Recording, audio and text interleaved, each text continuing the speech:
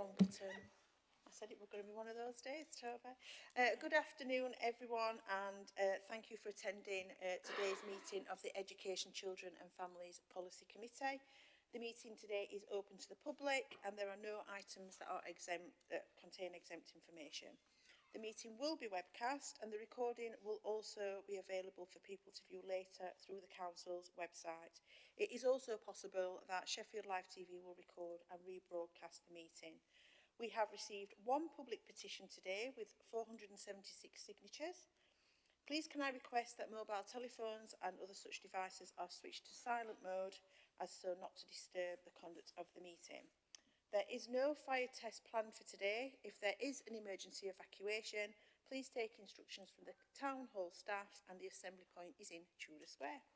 Can I ask each member of the Policy Committee to introduce themselves and I'll go this way. Thank you. Thank you, Chair. Yeah, I'm Richard Williams and I represent the Stamington ward. Good afternoon, Chair. My name's Councillor Gail Smith and I represent the Mosborough ward. Good afternoon, I'm Anne Whittaker. I'm Councillor for West Ecclesfield ward and Lib Dem Group spokesperson for this committee.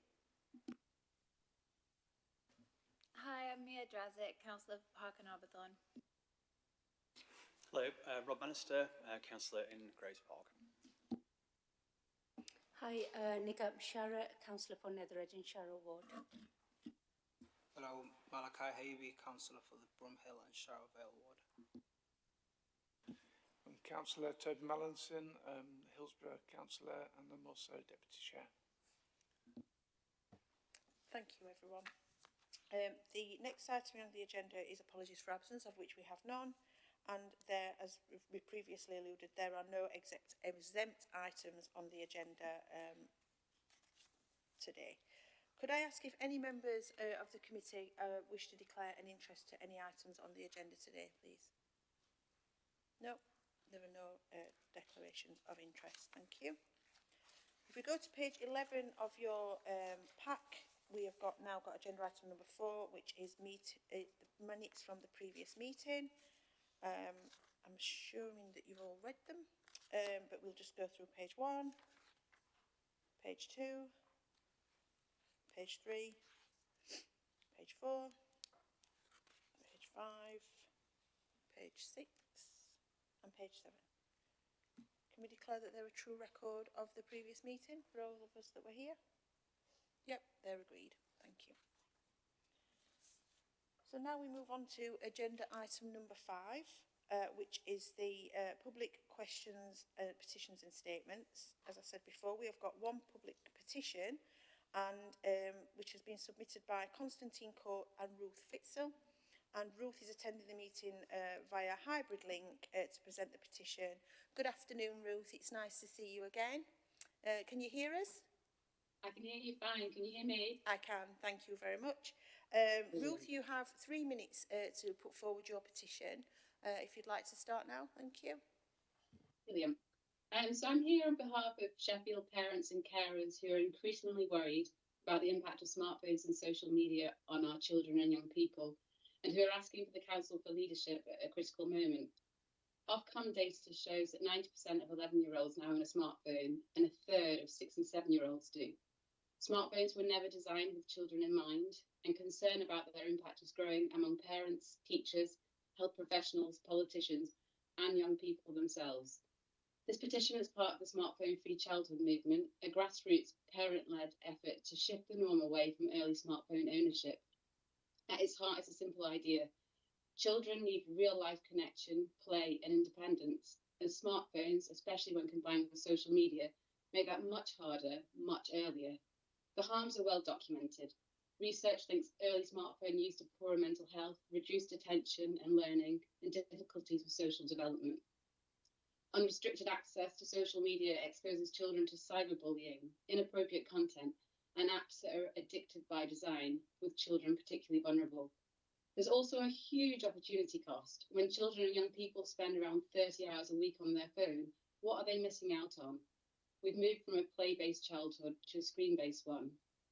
In Sheffield alone, over 2,000 parents have signed the Smartphone Free Childhood Parent Pact, committing to delay smartphones until at least 14 and social media until 16.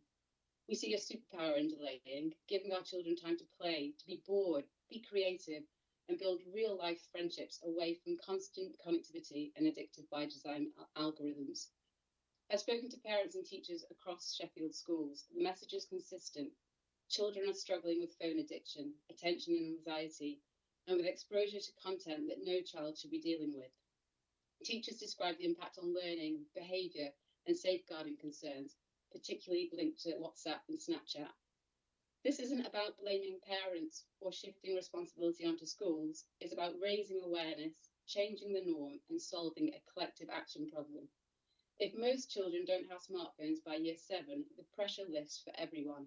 And momentum is building. Other councils, including St Albans, Brighton and Hove, Ealing, Devon, Hampshire, Barnet and Enfield, are already supporting smartphone-free childhood and smartphone-free schools. Sheffield should be part of that group and lead in the north.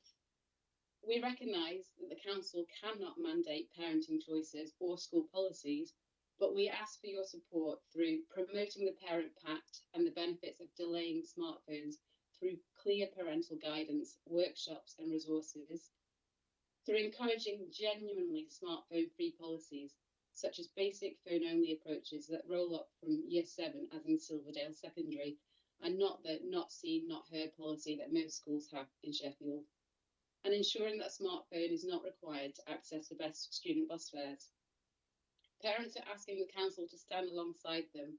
This is about safeguarding mental health and well-being. It's not about being anti-tech, it's about being pro-childhood. So thank you very much for considering this. Thank you, Ruth. I know that we've already met and discussed my thoughts on this, but I would just like to offer strong support to parents and carers in the delay of smartphone ownership and social media use. And I'd like to have the conversation around how we encourage schools to adopt a smartphone-free and smartphone-restricted policies, alongside looking at pilot approaches that can build on evidence for a more consistent citywide view over time. Over recent months, I have actually spoken to lots of parents, teachers and representatives from different organisations, including council officers, about smartphone use in the city and in our schools. And I share many concerns you have raised around children's well-being, online safety and social development. So with that in mind, I wish to establish a time-limited task and finish group through a cross-party Education, Children and Families Committee to explore these issues in more depth. This will bring together councillors, council officers, schools, unions, parents, campaigners such as yourselves, and those with other relevant research expertise, including our colleagues in public health. I will propose this course of action today through this committee, and I'm hopeful that we will get cross-party support for that. The exact details of the task and finish group will need to be established following the advice from officers, but I believe the purpose of this work should be looked at directly at the kinds of proposals you have raised. Given the strong safeguarding dimensions also, we will be having conversations with Sheffield Children's Safeguarding Partnership as they should play an important role so that this work is considered in a coordinated, multi-agency way across education, health and social care. I would like to just offer any members, if you would like to say anything, Councillor Smith. Yes, thank you very much for bringing this petition. And as a grandparent, it really does worry me that you never see a child's face if they're on a bus or if you're sat anywhere. They've always got their head in a phone.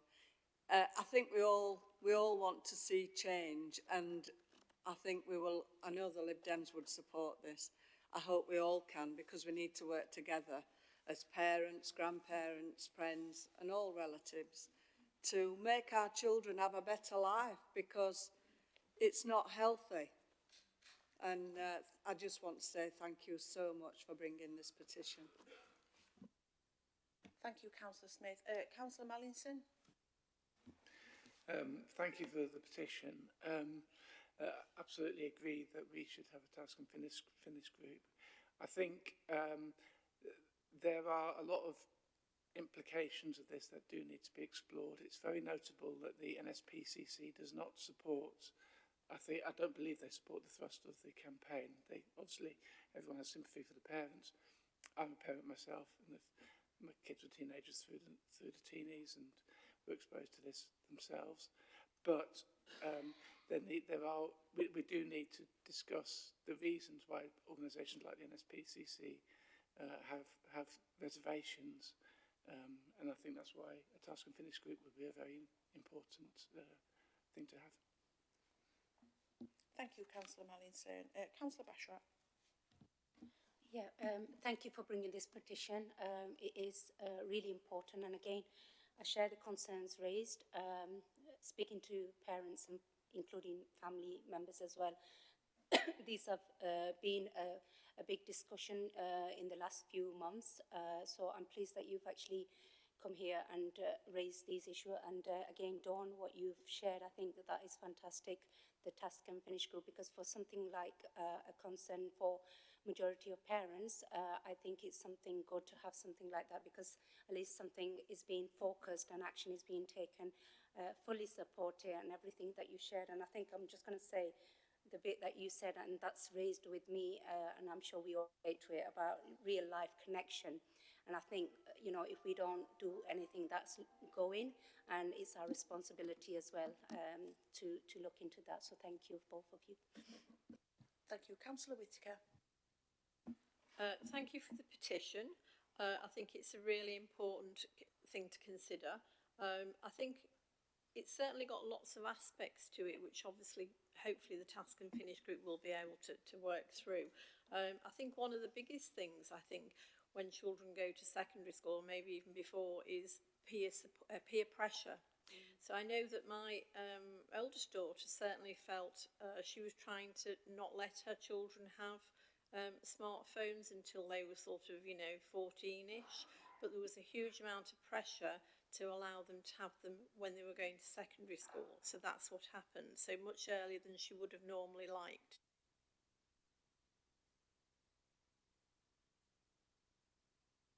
So we have a great responsibility for this as parents, as grandparents, as counsellors, by setting an example. The amount of times that you go out somewhere, so you go out for a meal or you just sat chatting with friends. I mean, I was at a 40th birthday party at the week. What sort of example are we giving to, and it's going on and off, isn't it? What sort of example are we giving to our young children? If we're all as adults, just sitting on our phones all the time. So I think that's another consideration to be given. But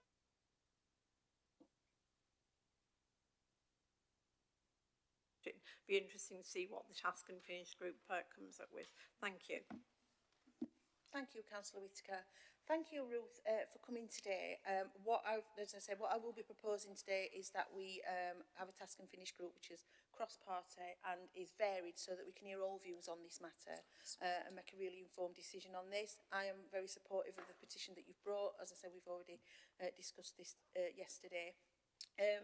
So what I will do now is we will get back to you when we've got a date for a task and finish, and keep in touch with you if that's all right. And I imagine that this is the beginning of the conversation that we'll continue to have. So thank you very much, Ruth, for coming today. Thank you. Brilliant. Thanks, Dawn, and thanks, everybody. Thanks. Okay, thank you, everyone. Do I need to get consent now for a task and finish, or do I just need to ask for it to be put on work programme to come back for consent for a task and finish, Rachel? It is, it's working now. They're just, sorry about the microphones today. I've got a few technical issues there. We'll try and sort them out. We'll swap yours around, Councillor Whittaker. In response to you, Chair, for the task and finish group, if you want to raise that under the work programme, we can do that. Is that okay? Yeah. I'm happy with that. Yeah, Thank you, that's Sharon. fine. We can raise that under there and then we can take it from there. Yeah. That's great, because Okay. that's on my list. Yeah. Thank you. A list of things. Thank you very much, Rachel. Don't leave your microphone off for too long, because now we're on to item number 7. There are no members' questions on item number 6. So item number 7 is on page 21, which is the work programme. Please see we have already also got an enlarged version of the work programme for us to be able to try and read. Rachel will be presenting this today. So fire away, Rachel. Thank you. Thank you, Chair. You can see that the cover report to the work programme is outlined from page 21. On page 23, under section 2, there is references from council or other committees. And you will see there that there is a reference from full council that was held on the 3rd of December. So that will be taken today. You can see there, I do believe, under the director's update report. Yep, that will be up for discussion today. And then on page 25, you will be able to see the movements around the work programme of proposed additions and amendments and edits. So that's just to let you know where things have gone and where they're coming to. And then you will see, which is the enlarged version of what you're looking at now, from page 29 onwards, you will see agenda items for forthcoming meetings. We have got February, obviously today, we've got the March meeting, and then you will see just a couple of slots put into June, but we haven't got a date for that yet because that will be agreed at the AGM, the dates for future meetings. But if you do as well want any further additions adding to that work programme beyond June, that's not a problem. We can add in, you know, a meeting after June and things like that. It's just we won't be able to specify the date exactly as of yet. Back to you, Chair. Thank you. Thank you, Rachel. I'll come to, I've got a list if you don't mind. Can I propose now that we get the task and finish on the work programme? So I'd like to propose that the task and finish group be added to the work programme and propose that that be organised as soon as possible. I think we need to get some traction on this. Do I have consent from all members? Yeah, there's no dissent on that, Rachel. Thank you. And the second thing for me, which is not on the work programme, is a motion that came to full council in September 2024 around Sheffield Play and Play Work Plan. And it was resolved at that point that Education, Children and Families Committee were called upon alongside Communities, Parks and Leisure Committee to consider working together to develop a joined up strategy for play and play work within the council's belonging framework. I understand that it was put on CPL's work programme in the first instance and that some work has been underway and informal meetings with CPL have been held, but it's been on their work programme for 16 months now, and I would like it to be put onto our work programme to work across committee to look at a plan and how we incorporate play into all of our policies across the council. Do I have to get agreement from everyone else on this? Anyone? Yes? Yeah. Can I get agreement on that? Does anybody disagree? Okay. Thank you. Sorry, I've not finished. There's one thing that has been, we have talked about this actually, and I think it might just be that it's not been actioned. There was an item that says it's been removed from the work programme, which is the pupil outcomes and Sheffield school settings and the impact of the Learn Sheffield Commission. It says it's been removed, but I believe we said we would move it rather than remove it, because at the previous committee, when we were increasing the commission, we asked that it came back with a report on impact on that. So can I just get some clarity on that, please? I don't know if that'd be you, Meredith. Yes, I think if we can move it to the next municipal year, that would be helpful. Thank you. Thank you. And I've got one final one, and then I promise you can all have the floor. But at the solar panels motion at full council, I understand that the ask was that it come to Education, Children and Families and be added to our work programme to look at the Great British Energy Schools programme and to work towards getting solar panels on all Sheffield schools by 2035. And I appreciate that Meredith's got this in your director's report, and that the decision where those solar panels went to was sat with the DFE. In response to the welcome news that we've got the climate bonds of £1 million in Sheffield, I wish to propose that we have a cross-committee working group or work across committee with TRC to ensure that our schools can benefit from that investment as part of our work programme as well. Can I get some support from that from members, please? Toby? Yeah, just to get it straight in my head. So, obviously, this I think the £1 million that, and there will be more because there's going to be more rounds of funding raised. Is it specifically for solar on schools? Isn't it? Is it across the city? Oh, sorry. Sorry, Toby, it's for solar, So, not so just we're schools. trying to make sure it. Make sure schools are in there. Yeah. Okay, thank you. Thank you. Do I get support from that as well? Thank you. They're just my 4 things on this item. Does anyone else got anything they'd like to add to the work programme or any comments on the work programme at this point? Councillor Williams. Thank you, Chair.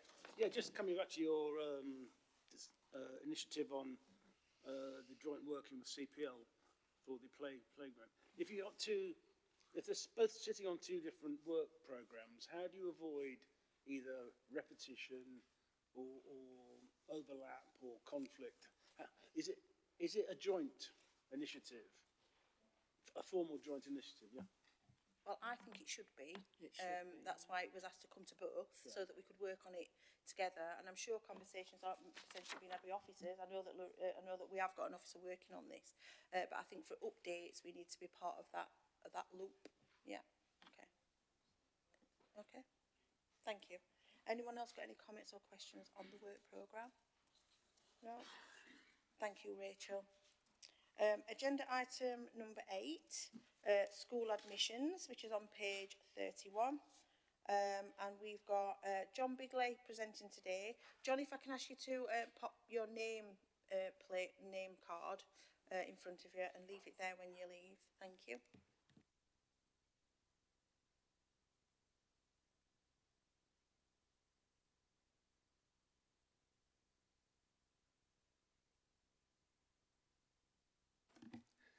Thank you. So this is the annual requirement to approve admission arrangements for community and voluntary controlled schools. There are no proposed changes to last year, so this is for 27, 28. And the arrangements include the statutory coordinated admission schemes. That's the process through which we manage admissions for the first year of entry into all Sheffield schools. Happy to take any questions. Councillor Whittaker. Thank you for the report, John. As a member of the Admissions Committee, it's a really useful report to have as reference. Can I just ask a question about mid-term transfers?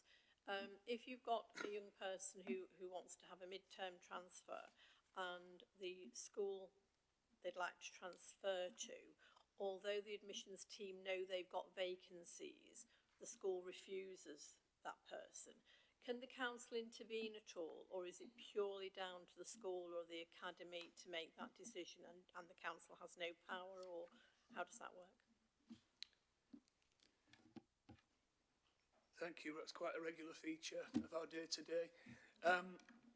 For schools that are their own admission authority, so that's a legal entity, so that's academies and voluntary aided schools, it's their decision. So for in-year admissions, there's no statutory requirement to coordinate admissions like there is at reception and year 7. All our schools have signed up to coordination, which really helps our safeguarding duties, so we can track children that aren't in schools. So the admission number, that's the number that schools have to admit if there's demand, in law only applies to the first year of entry. So in year 7 for secondary schools. Typically, it will follow through the school because that's the size that the school's been built for. But a school can refuse admission. Say they're on 180 as an admission number. If they're on 170 in year 9, there's provision to refuse on challenging behaviour grounds. But the the threshold for challenging behaviour is really high. It's if a child is presenting with needs or challenges in excess of what you would be used to dealing with on a day-to-day basis.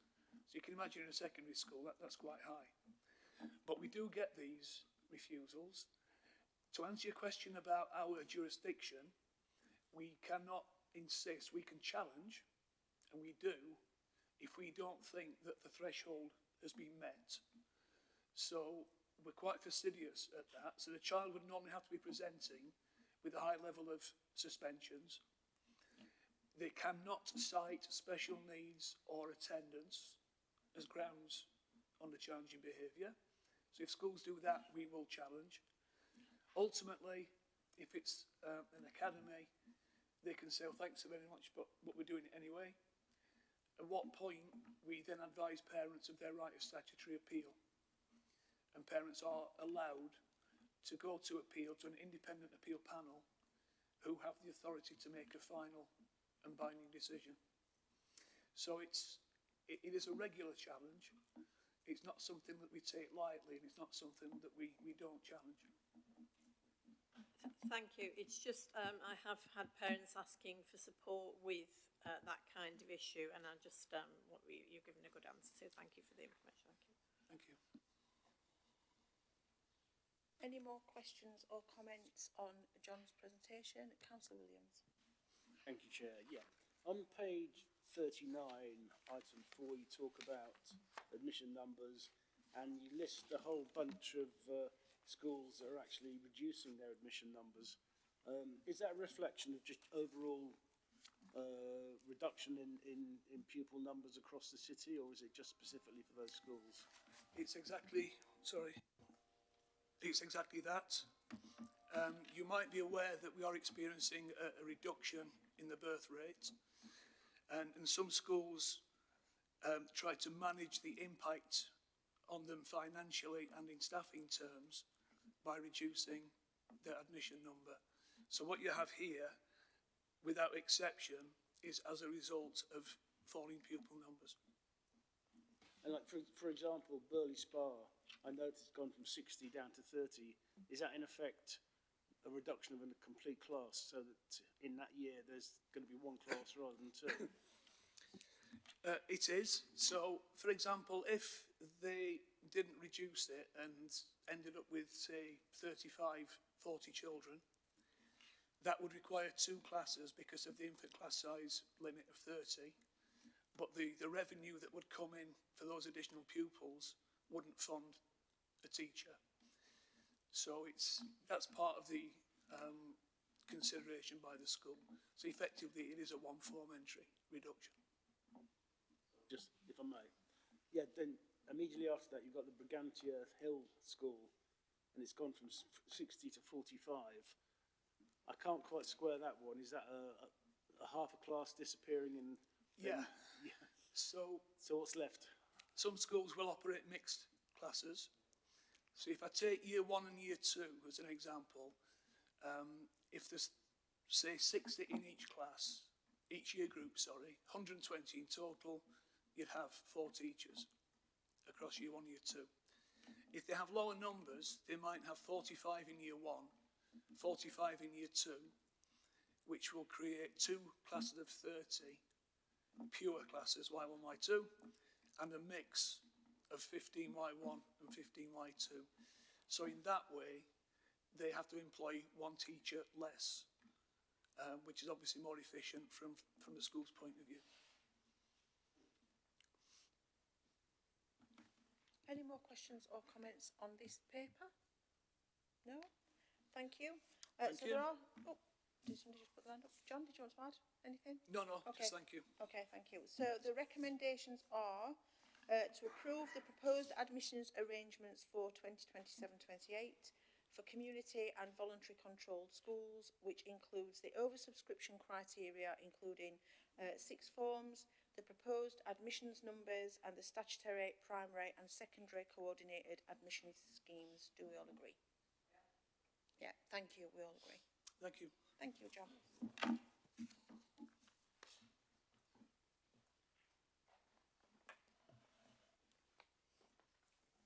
Sorry, we've got the next agenda item is agenda item number 9, which is on page 105, and it's the SEND strategy and, struggle to say that then, the SEND strategy and delivery plan, and we've got James, Zanya and Stephen have come to present today. Thank you. If you can pop your name cards up in front of you as well, please, thank you, and introduce yourselves when you speak.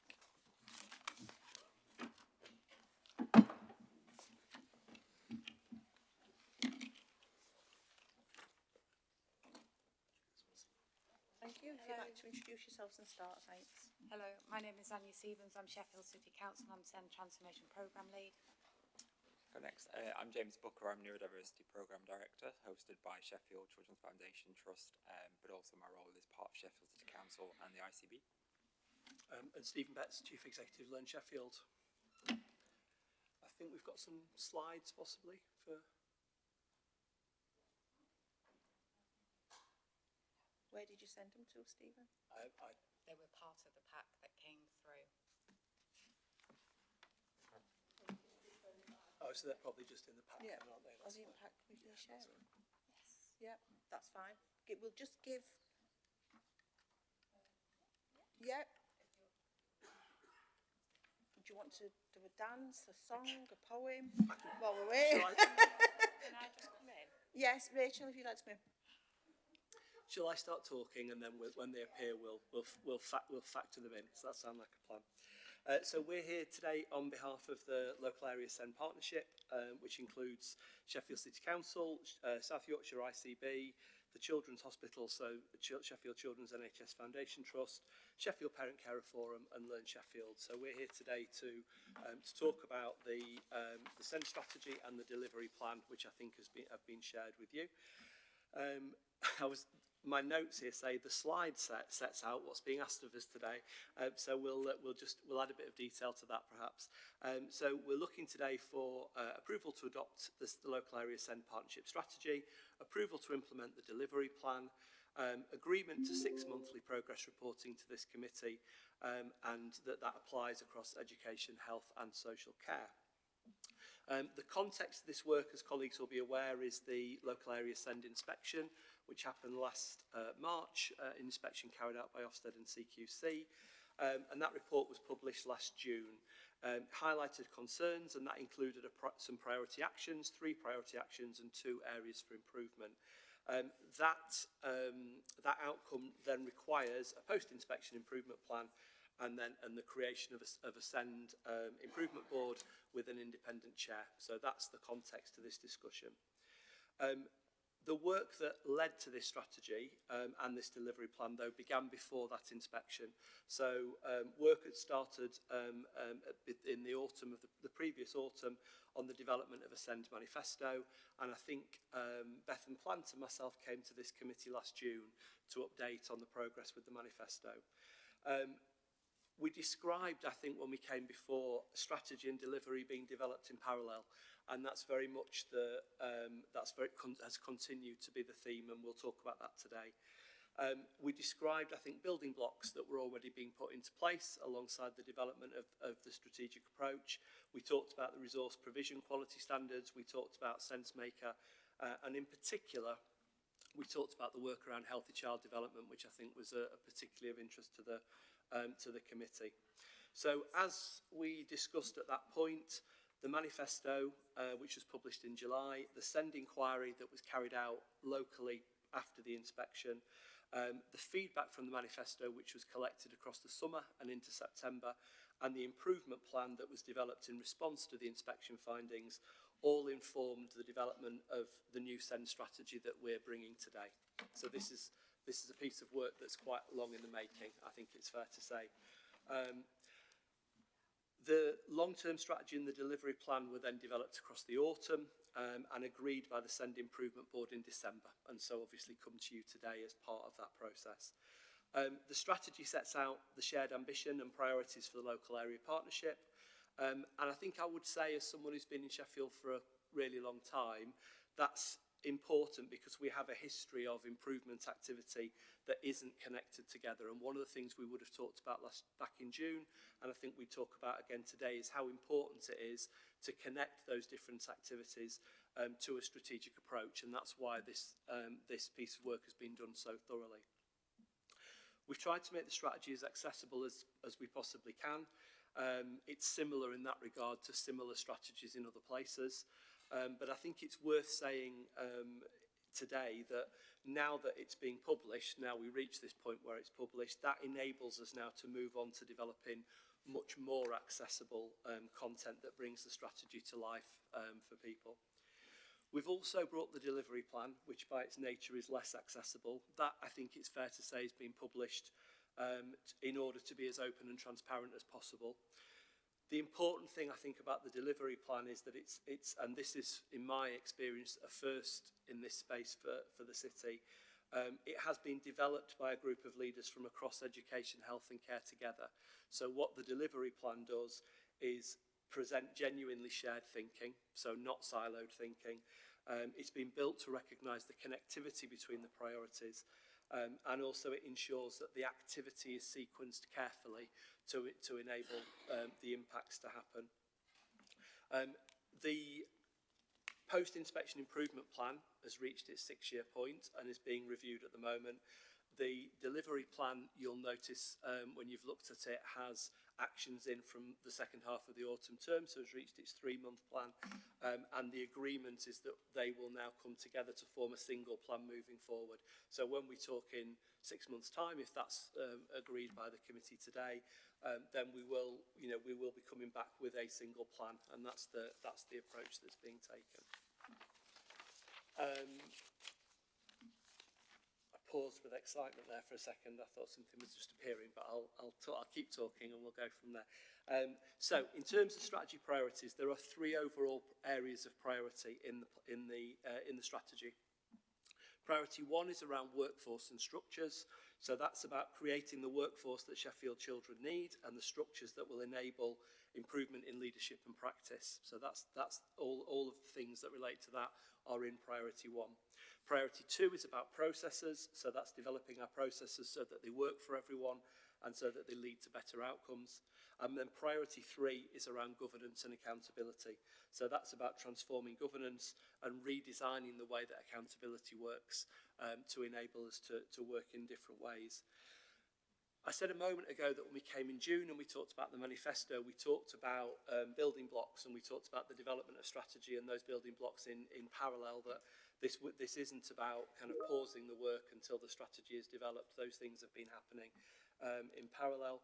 And that approach has continued into the autumn with the development of this strategy. So when we move on to look at the areas of work within the strategy, you'll see a number of work streams underneath those 3 priority areas. This is the 6th slide, colleagues, if that's helpful. So the work streams in each priority all include building blocks that are already underway, and we'll pick out 1 or 2 examples of that, if that's okay, this afternoon.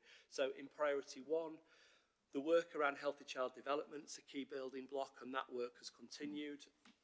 I think when we talked in June, we were close to that piece of work having reached the end of the primary phase. It's now reaching the end of the secondary phase and moving into a space where now it becomes a key part of our workforce development moving forward. And the Children and Young People's Task Force has met for the first time, and that will support the delivery of priorities 1 and 2. In priority 2, which is around processes, colleagues in Sheffield City Council have been working on the statutory assessment processes, and that's in response to the inspection issue around education and health and care plans. The preparation for adulthood work is continuing to be led by a well-established board, and the work on the neurodiversity programme, which James leads on, is a significant part of the development of those processes, and that's also moving on into a delivery phase. Around priority 3, the governance and accountability, obviously the strategic governance has been addressed by the development of the Sheffield Send Improvement Board, which is a requirement in our current situation with its independent chair. There is the development of an outcomes framework which is underway. In fact, that's been happening over the last 2 weeks, visits to schools and colleges and secondary schools, and also meeting the Sending Voices group that's convened by Youth Services in Sheffield City Council. to develop the young person voice to feed into the development of the outcomes framework. That work is being done with a partner. It's been done with CDC, the Council for Disabled Children, and is funded by part of our DFE support. The outcomes framework will be in place in March, and that's an important step in the development of the work. And the improvement cycle that's referred to in Priority 3 is also coming to the Improvement Board next week and will be in place by next month.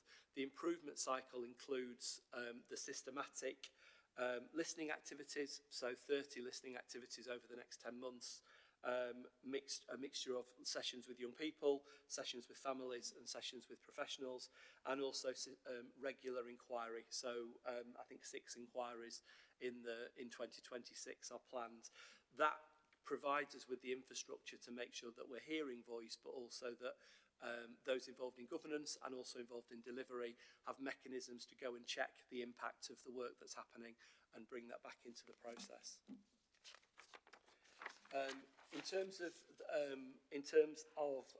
the delivery and how the accountability works, the model on slide 7 describes how the governance has been streamlined. So there is a steering group which is chaired by Steve Kay, the Director of Belonging in Sheffield City Council, and there's then the Improvement Board which has the independent chair, Edwina Grant. The makeup of those groups, I think the important thing to say is, are built upon the partnership arrangements that have been developed over a period of time. So this is the group of people who were already building those relationships, building a shared understanding across education, health and care, continuing to work and lead and develop this work. And similarly, the delivery groups are built upon existing structures. So for example, the Children's Task Force, which I referred to earlier, is a further development of something called the Inclusion Task Force, which has been a sector-led group. The Children's Task Force enables that to become a slightly broader group with a wider, more balanced distribution of colleagues from education, health and care in order to do the things that we want to happen. Finally, just to finish off, slide 8 and then I think slide 9 just quickly. So the strategy sets out what success will look like. That will very much be enhanced by the work on the outcomes framework, which is being developed and will be, as I said, completed around about Easter time. And I think the outcomes framework will be expressed in a way which is meaningful to everyone involved in the system, so to children, young people, to families, to professionals, and so on. And that will be an important piece of our ability as a partnership to understand our impact. It's not an accident that the strategy spans 5 years. It recognises the size of the challenge and the size of the piece of work that's required in Sheffield, but also nationwide. And we also recognise that we're expecting, or have been expecting for some time, a government white paper which will also shape some of the future in this space. We're expecting a white paper that does change some of the arrangements in relation to SEND. The opening line of the strategy in the introduction is the SEND system in Sheffield needs to improve, but change is already underway. And I think that captures, very much where we are up to at this point. But I think I would want to stress to colleagues that none of the partners involved in this work from across education, health or care are under any illusions about the size and scale of the challenge, and that the important thing is that we reach points where the impact of this work is felt on the experiences and also the outcomes of young people. So if the committee is in agreement, it would be good to come back in 6 months. At that point, the national framework should be clearer, and we should be in a position to give a lot more local progress described and shared, and the extent to which that progress is impacting on the lives of children and young people and their families. Thank you. Did I forget anything? Thank you, Stephen. Well filled out as well. Well done. You've done this before, haven't you? Yeah. Do we have any questions or comments? Councillor Whittaker and then Councillor Bannister. You mentioned the independent chair of the SEND Improvement Board, Edwina, and the trio. We have a meeting with her once a month where she gives us an update. And my question to her is she happy with how things are going and how improvements are being made? And she's always very positive, and then she'll kind of add that if there are issues that she thinks the council are not working at pace and they need to improve that and all the rest of it. So can I ask the same question? Do you think from your perspective or from council officers' perspective, anyone that's involved, do you feel that, you know, we are achieving in this SEND journey and things are moving along?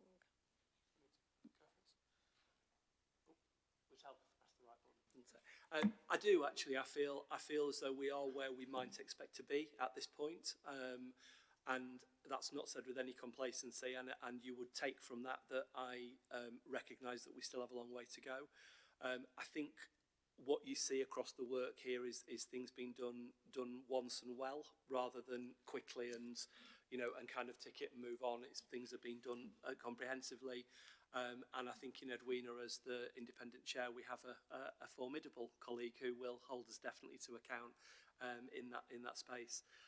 So I think I would say that we are where we would expect to be, but we recognise that we have to keep progressing and we have to do so at pace to deliver what we're trying to deliver.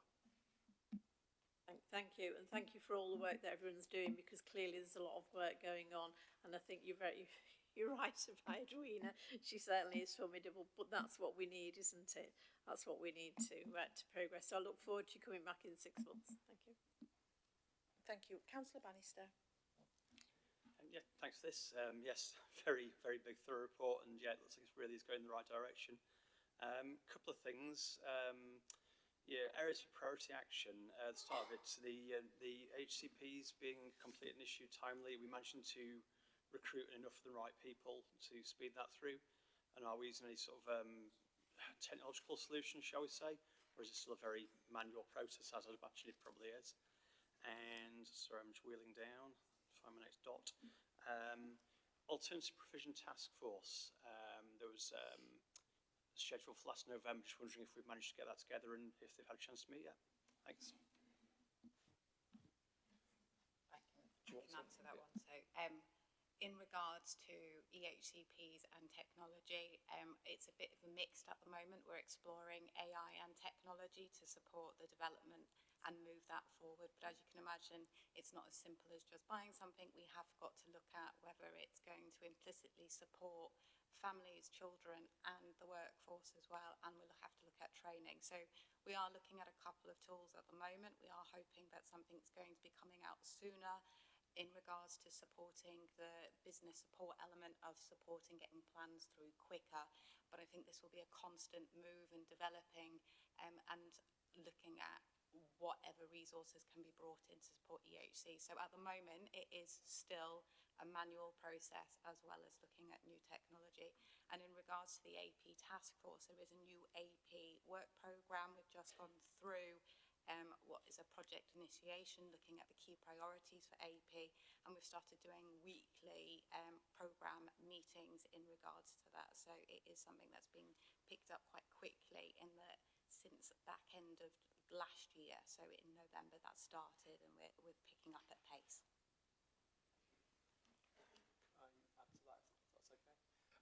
I'd just say, last week I was in a session where Edwina, as the independent chair, met a group of primary head teachers, and they were describing the improved quality of new education healthcare plans. So I think we are seeing green shoots in that work, and that certainly also comes through in the quality assurance processes, I think, within the council that have been reported to the Improvement Board.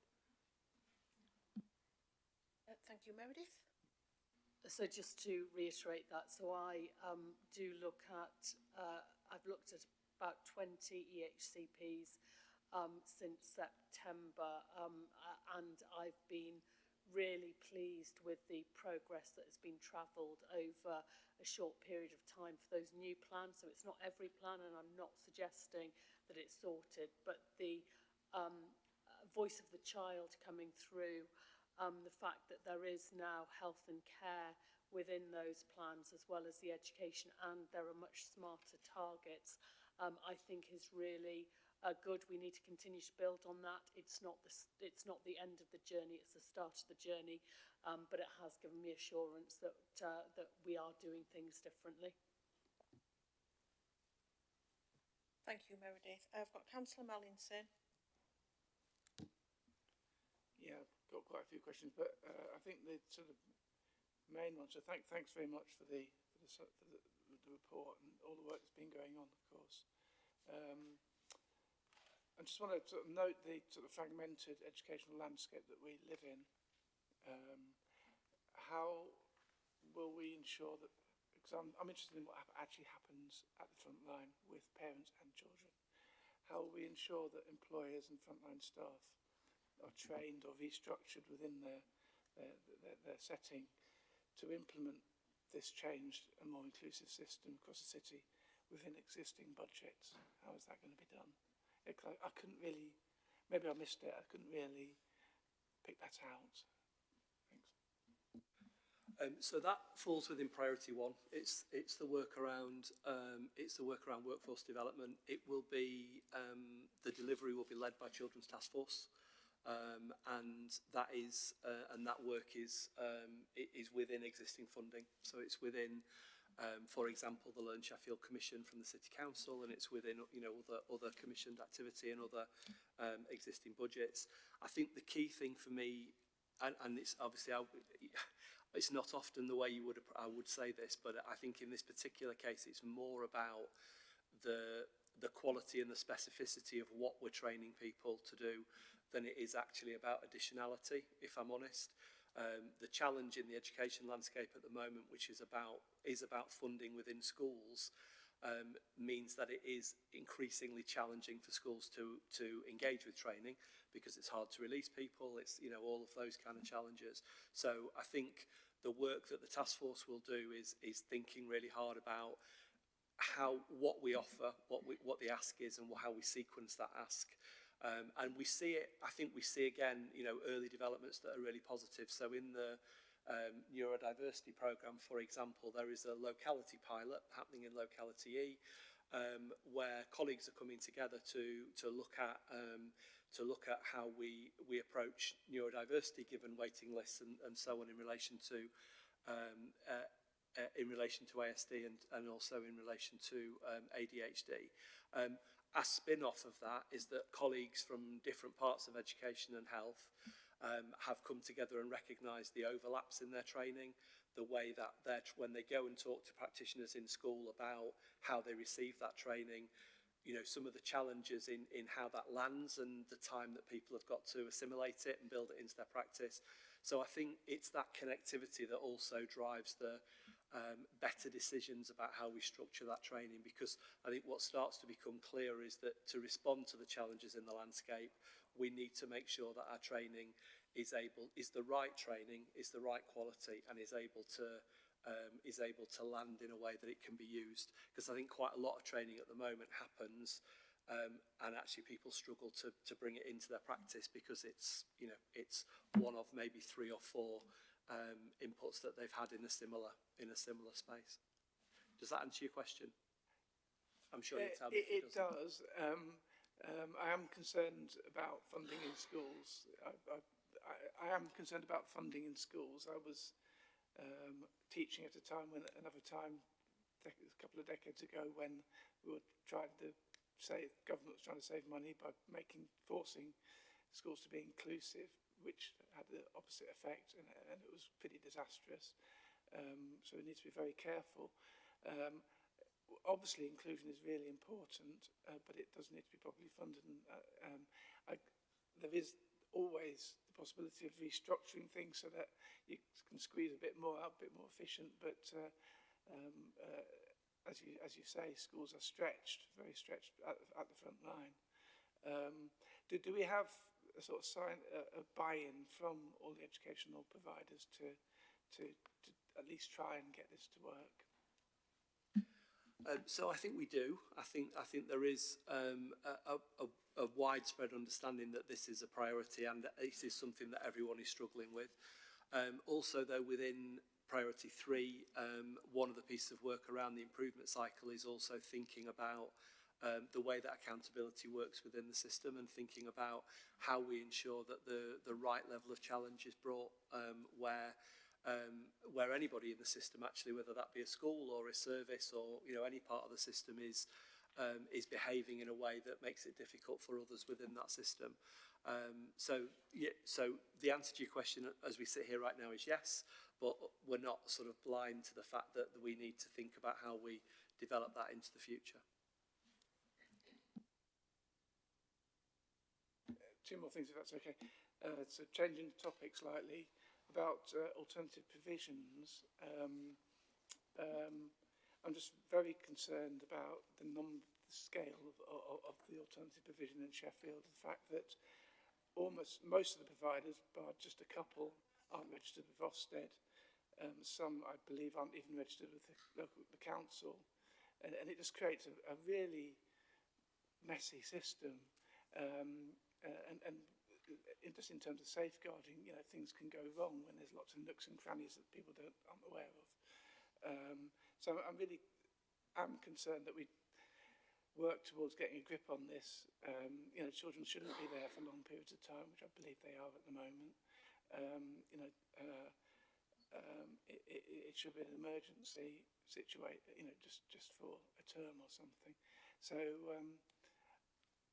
can you reassure me that this process, the SEND process, so that the SEND reforms are going to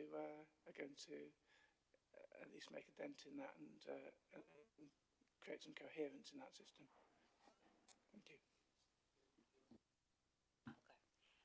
So as I mentioned previously, we are working on the AP programme at the moment, and we are going through, and we have directly spoke about mapping the entire provision to make sure that that's taken in, as well as looking at section 19 and our safeguarding and statutory obligations. So it is something we're currently looking at the moment on what that looks like, and making sure, as you've said, it's all included. But at the moment, that is, as part of it, is making sure that we've got available provision that is sufficient to the need.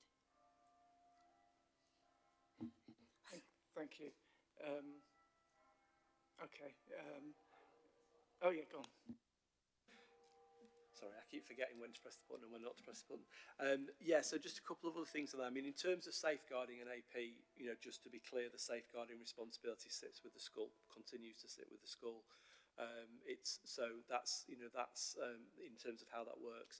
In terms of unregistered provision, it is worth just saying unregistered does not equal unsafe. You know, there are sometimes good reasons why providers will not register, but it is true that we are unusual as a city in the proportion of our AP provision which is unregistered. In terms of the sort of reassurance part of it, I think the thing which I know that the colleagues who are working in the AP space will focus on is reintegration, actually. So our reintegration rates are low, and you know, as a committee, from a scrutiny point of view, that's probably the area where, as a city, we need to focus, because AP can be exactly the right thing at the right time for a young person, but it shouldn't be a destination. And you know, that's that our reintegration rates are significantly lower than national, and that's what colleagues are focused on. Thank you. I know Meredith wants to just come in on this, but I think in support of what you're saying, Toby, I think it's not really clear about what the ambition is for AP, and I think we've been quite ambitious as a committee in that. We've had conversations previously, probably about 2 years ago, about having a Sheffield standard for AP and having a Sheffield framework for AP. So that, and I know it's difficult because we've got different academies that want to, you know, commission their own pieces of work. But, you know, is that when you're doing the mapping and where, you know, who is doing the quality assurance of these providers, because they can pop up. I get approached by lots of people who want to set up AP because they know that there's a demand for it. Some of them would be really good at it and some of them not so much so, probably. So we've got to be kind of really clear, and I suppose that's our job as well as politicians, about what our ambition is for AP in Sheffield. So I'll let Meredith come in because she's probably going to answer all these questions. Thanks, Meredith.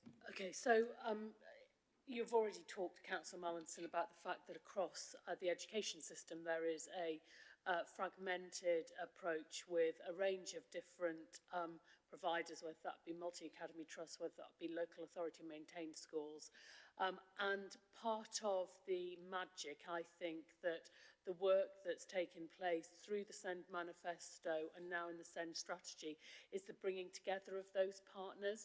And there have been really good and strong conversations and relationships built through that process, in particularly with chief executives of multi-academy trusts, who are all recognising that the level of exclusions can't continue within Sheffield, and that we need to be doing something collectively around alternative provision. So I think that there is that that vision and that aspiration that we are doing something different within Sheffield City Council, and Sheffield City Council is part of that, but part of that with other equal partners who are all having the same conversations. I certainly think it is something we should be bringing back to you as a committee in the next municipal year, probably in the autumn time, to give further assurances.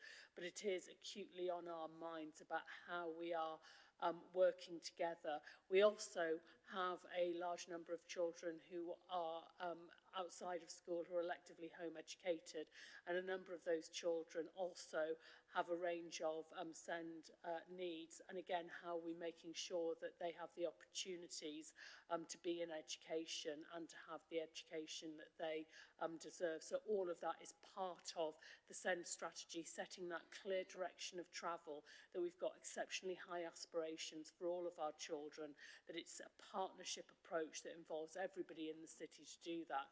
And we've got the foundations and the structures through those three strategic areas to deliver that, both for children who are outside of school and in alternative provision, those children who are electively home educated, but also those children in school with SEND as well. So for me, it feels a real step change that this strategy gives us as a basis for doing that. But the questions are right, and we need to demonstrate that as well.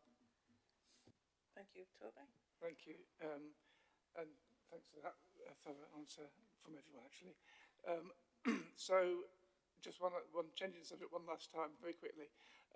What is, just about the ICB and what the ICB is doing, how is the ICB changing sort of internally in terms of its approach to SEND and support for this new structure?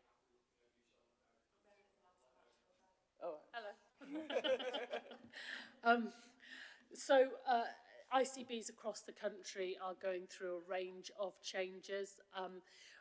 Edwina Grant, the independent chair, has met with the chief executive of the ICB and was pleased with the conversation and the focus on SEND and that commitment to SEND.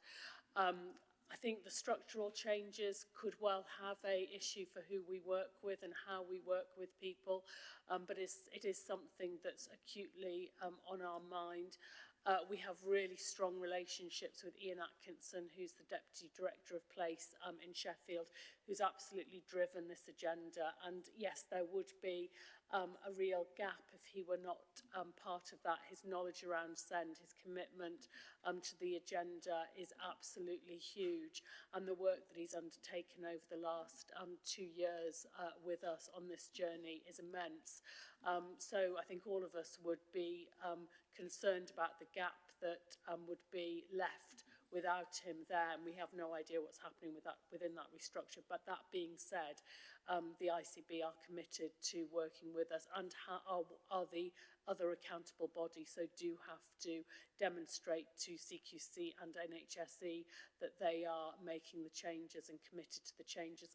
That being said, we have a really strong relationship as well with the provider, Sheffield Children's Hospital Foundation Trust, and that puts us in also a much stronger position than some of our neighbouring authorities, because we've also, the provider is around the table. And part of James's role, which he is that he's actually funded by the three organisations, by Sheffield City Council, by the ICB and by Sheffield Children's Hospital, and works across all three of those. So we have shown that commitment to how we want to work and how we will continue to work. We hope it's with the same people, but understand that that may not be the case. Thanks very much. Yeah, and James, I've forgotten that you were actually employed across the three, which is actually very reassuring. And it is obviously a worry, I guess, for everyone, what's going to happen with the ICB. But yeah, thank you. Thank you. I've got 3 more members. I'll go to Councillor Havey. Thank you. Thank you for the answers you've given to the questions so far. There's a few questions that I was going to ask. One popped up midway, which was the AI thing you were mentioning. Which process is that looking at specifically?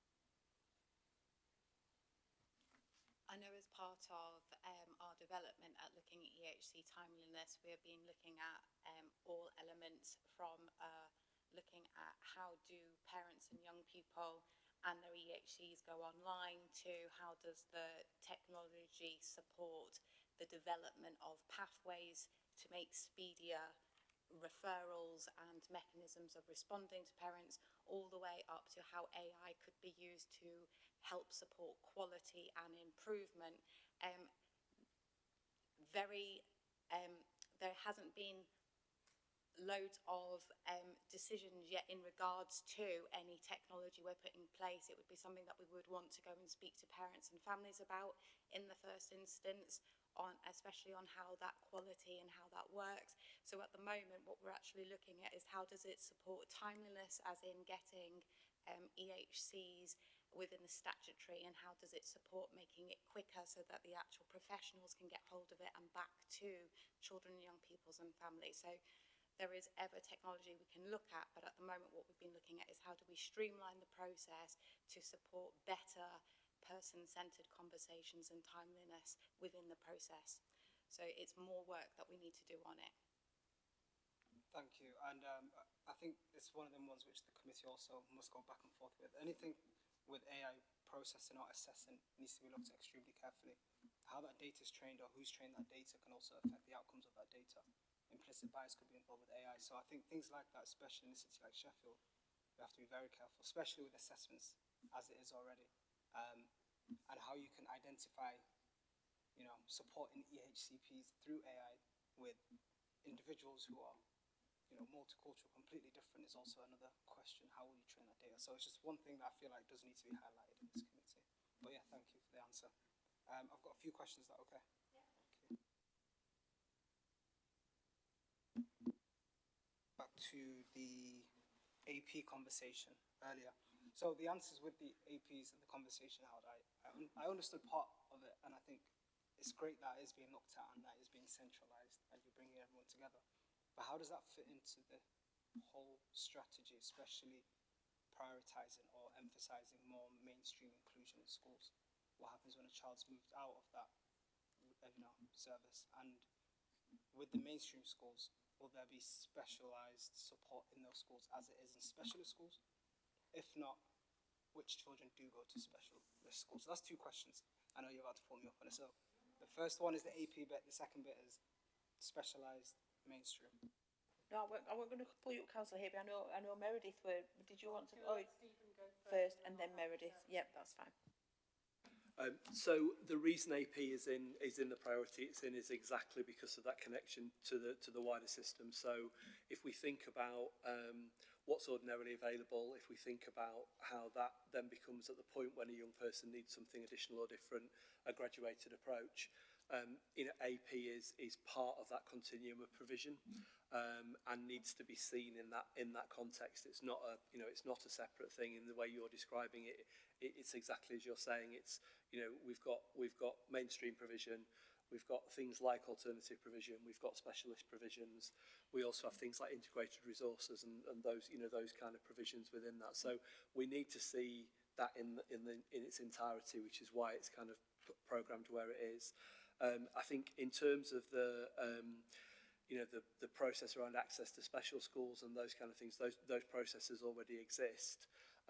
But there is a question, I think, around sufficiency, and I suspect when we come back in 6 months' time, and the delivery plan obviously is a living document and will have continued to develop, there'll probably be more specific information around sufficiency in there. I think that's in the same way that Meredith and Zanya described earlier around AP.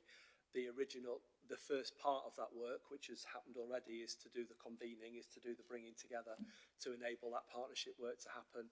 The second part of it is to create a strategy collectively with the system.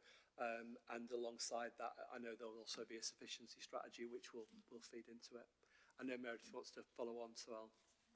No, I think that was absolutely fine. That was brilliant. Not absolutely fine. It was a brilliant answer, and I don't need to add anything else. Yeah, thank you. It does answer a few other questions. My main concern with the APs is, we are asking mainstream schools to take on a lot more without actually clearly defining how much more funding they may be able to get or what resources. I mean, you had that conversation, and on there it says support by post-inspection improvement funding, but there's a lot of parents at the moment whose children are moved away from mainstream to APs, and what you tend to find in these APs is that they're not getting the same quality of education they had in the mainstream school. So where they had to, do reading and, writing, for example, some APs don't do that, and they're kind of themed amongst, for example, I don't want to say anything specifically in case they lose to APs, but different topics, right? How would this strategy support that or emphasize that, especially since Toby mentioned that they're not really regulated as much as mainstream schools? How can we ensure that they have the right quality of education and just not left in the AP? Thank you. Oh, sorry.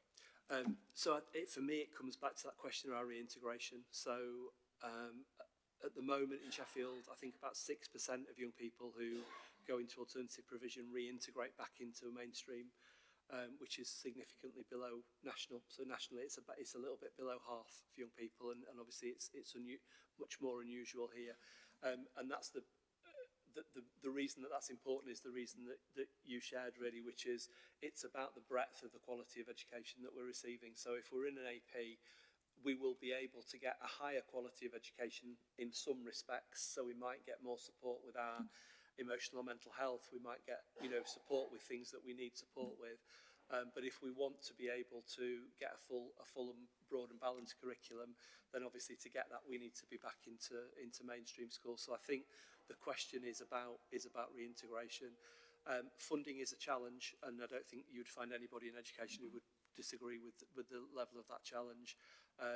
The cohort is more complex than it has ever been, and as a relatively old person, I can say that with a degree of certainty.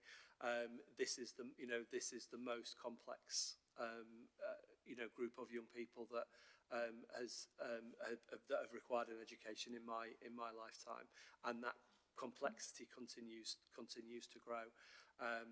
And the funding obviously is extremely difficult. So I don't think anybody's kind of ducking that. I think everyone would accept that. I suppose the question for us as a local area is, do we stop and do we wait for someone to come and fix that, or do we develop a strategy and move forward? And obviously there's no choices there in that regard. We have to do what we can do with what we have. Would we like more money to do it? Yeah, of course we would. Yeah. Thank you. Councillor Williams. Yeah, thank you, Chair. And thank you for the report. And I think the whole strategy is very impressive. I think it'll make a difference. But on that point, it's really, I guess, the question parents will be asking is, how quickly will it make a difference? When will they see some real benefits coming forward? I know it's a bit of a crystal ball question, but have you got some best estimates of when things like assessments, etc., the waiting list coming down, that type of thing? I'm sure that's on the minds of parents. Absolutely, that is the question. Even as you were sort of describing the strategy, it is the so what question, isn't it? So a strategy is only successful once it's having an impact on those things.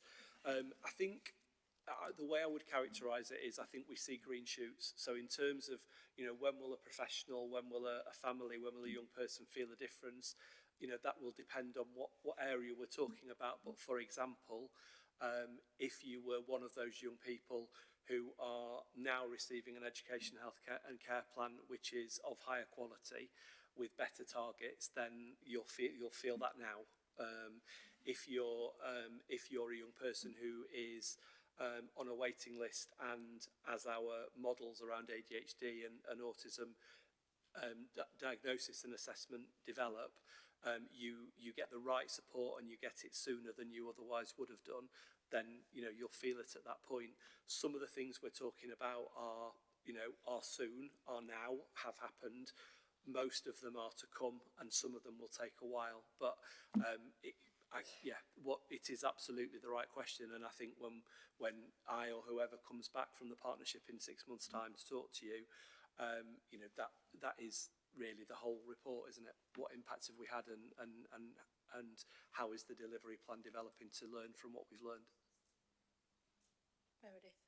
So just to add to that, so we have had our Ofsted CQC monitoring conversation, annual engagement conversation, probably about a month ago. And their view was that we had moved forward and that they could see that what we were reporting back was that activity had taken place at the speed that they would expect. What we don't want to do is, there's no point in running and saying that everything's brilliant and perfect when it's not. We need to build the very strong foundations that mean that we continue to improve, and that our legacy for the people coming after us is that it's strong foundations, which I think has been part of the issue within Sheffield, is that we've never really got those really strong foundations to be able to build on. So there's been smoke and mirrors, and sort of it's not really got to the heart of the issue. So I think the assurance would be they reflected back to us that it looked like strong foundations, but strong foundations isn't the house and isn't what people can see and really feel yet. But they saw that we were going in the right direction from their experiences. Thank you. Can I further question? Yeah. If you look at the way the media particularly reports SEND, the focus is very much on ADHD and autism. But of course there are other challenges that youngsters suffer from. It's a bit of a rhetorical question, because I hope I know the answer anyway, but within this overall strategy, are all elements, all challenges of SEND, I'm thinking like speech and language, that type of thing, are they all encompassed within it? Yes, they are. In fact, speech and language is which is our highest incidence need actually in Sheffield, is part of the work that's already underway. We talked before about listening sessions and inquiry. The first inquiry piece of work is around speech and language, actually, as it happens. So yes, absolutely. And I suppose the thing that we will talk about more and more as time goes on is the need for balanced models in those spaces. So if we think about that kind of triangle that we've probably all seen on presentations, where you've got the universal bit at the bottom and the targeted bit in the middle and the specialist bit at the top, the system tends to be very focused on that specialist bit at the top. And we need it to become in all areas, to become more balanced and to provide a better universal foundation, better quality targeted support, and as well as the bit that catches the eye, which is often the waiting list for specialists at the top. So yes, it is, and actually speech and language, which was the example you gave, is kind of at the forefront of that. Thank you. I've got Councillor Bashra, then Councillor Smith, and then I'll bring in Councillor Haybay, and then Councillor Madison, and then I'll draw a line under this one, if that's all right. So, Councillor Bashra. Thank you, Chair. Yeah, I just want to say I think most of my questions are answered, and Stephen, excellent. The newly developed strategy that you've already, kick-started, and each detail that you've shared, it's actually showing, how you are on top of it as a team. It's quite, I just want to say, really welcome that and all your hard work. Just on page 118, you mentioned, and the documents mentioned an analysis that indicates that children from the most disadvantaged backgrounds are facing, the barriers and all the difficulties in terms of getting the right sport at the right time. And it's good to see that it's highlighted, and obviously the interventions that are taking place. And I've always been a believer of, you know, working collectively across the board, because it's not just one team. There are other stuff that happen which you can tie in, including obviously the AP piece. I just wanted to ask you, you did touch on it, the mapping that you mentioned. So within reaching the voices of the families from those disadvantaged, obviously that's the real thing where you can actually get the real difference and the impact. How are you making sure you're actually reaching far and wide to get their voices and, you know, their struggles, and including the, what they call now, the governors, the school governors, because obviously mostly there are parents, my understanding is, how you include all of them. Thank you. So I think there's probably two parts to that, really. I think the first part is developing an infrastructure that enables you to do the asking. You know, you have to create the opportunities, and that's what the listening sessions are for. The mapping part of that sits alongside it in priority 3 is really about trusted partners.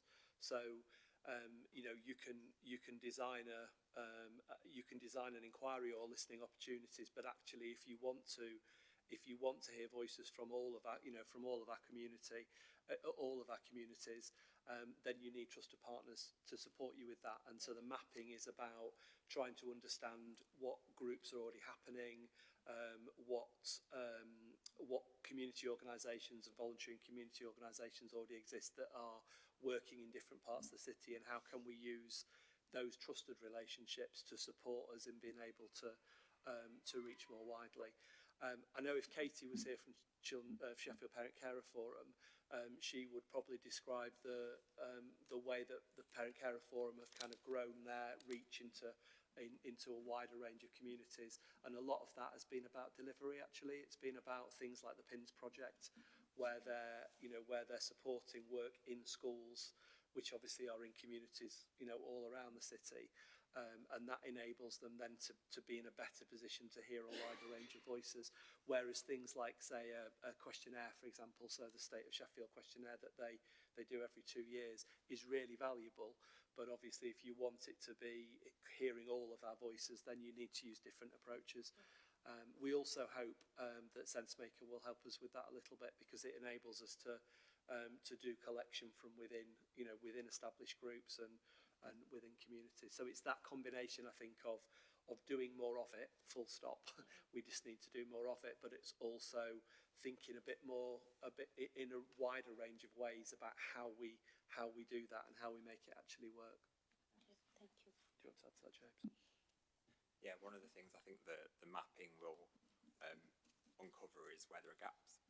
That's the whole point of mapping, isn't it? So I think, you know, when we understand a little bit more about what groups do exist, what community groups do exist, what links they have, and where we do actually genuinely have groups that we find it much more difficult to reach, we will be then looking at other models to be able to hear those voices. So there's an example, I think, in the Fairvale Family Hub, where they have an outreach worker that goes out into the community and speaks to families and has built that trust, so that they're able to work with them on health issues and other things. So if that's the model that actually we think could work in another part of the community where we're struggling to engage, then we're looking at that and making sure that we're able to bring those voices through. So yeah, I think it's going to be, the mapping exercise will then lead to further actions beyond that. Thank you. Thanks. Thank you. Councillor Smith. Thank you. An excellent report, Stephen, and it is a good foundation for the future, in my view. I'm going to be specific here. I have worries, though, because I've been doing some work with parents, a mother and a father of a child who's in mainstream school, who's had to go to alternative provision because they couldn't cope with him at the school he was going to. The mother I saw again on Saturday was telling me that the child goes 2 days a week to alternative provision and only an hour a day for the other 3 days in mainstream. Now, I tried to tell that parent that, you know, at this stage of a 6-year-old, it's better that they are in a place where they are mentally, that is mental health more important than reading and writing. Might be wrong, but that's my thoughts. But at the school he goes to that is aligned with the mainstream, there's only one person in the school that's got any qualifications in SEND training. And yet there are a lot of children in that school that have got ADHD and autism because there are no places in the special provision. So my question is, sorry about the hum bit, but what worries me is that most schools have got young people that have got problems in that area, and surely if you're going to take children into a specialist classroom, you need to have more people that are trained. So it's about training. I believe that all teachers should be trained in SEND education, because there are a lot of young people in this day and age that need more help. So when can we ever see a light at the end of that tunnel, that we can get more teachers trained? Sorry, it's a bit of a...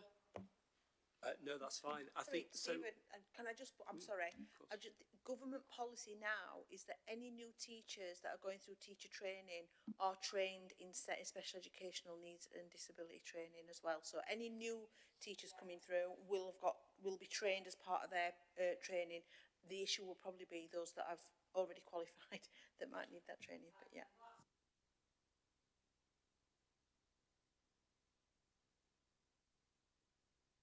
I just feel that there needs to be more provision in the mainstream school, because I've never been in education. My profession was nursing, but I do understand why the parents are worried that the mainstream bit is only 1 hour a day. So, you know, if they can't cope, the EHCP form said they could, but they're not. It's worrying. Thank you. Thank you. Okay. So I suppose it's hard to comment on a specific, you know, as you've acknowledged. I suppose what I would say is there's a difference between training and qualification. So teachers, you know, certainly in the past sort of 15, 20 years, teachers have had increasing amounts of training in relation to a whole range of SEND related things, in relation to things like trauma informed and mental health and those kind of that wide kind of range of areas. I think we need more of that. I think more teachers in more classrooms are dealing with a more complex range of issues and a more complex range of learning needs than they were when I was teaching in a classroom, for sure.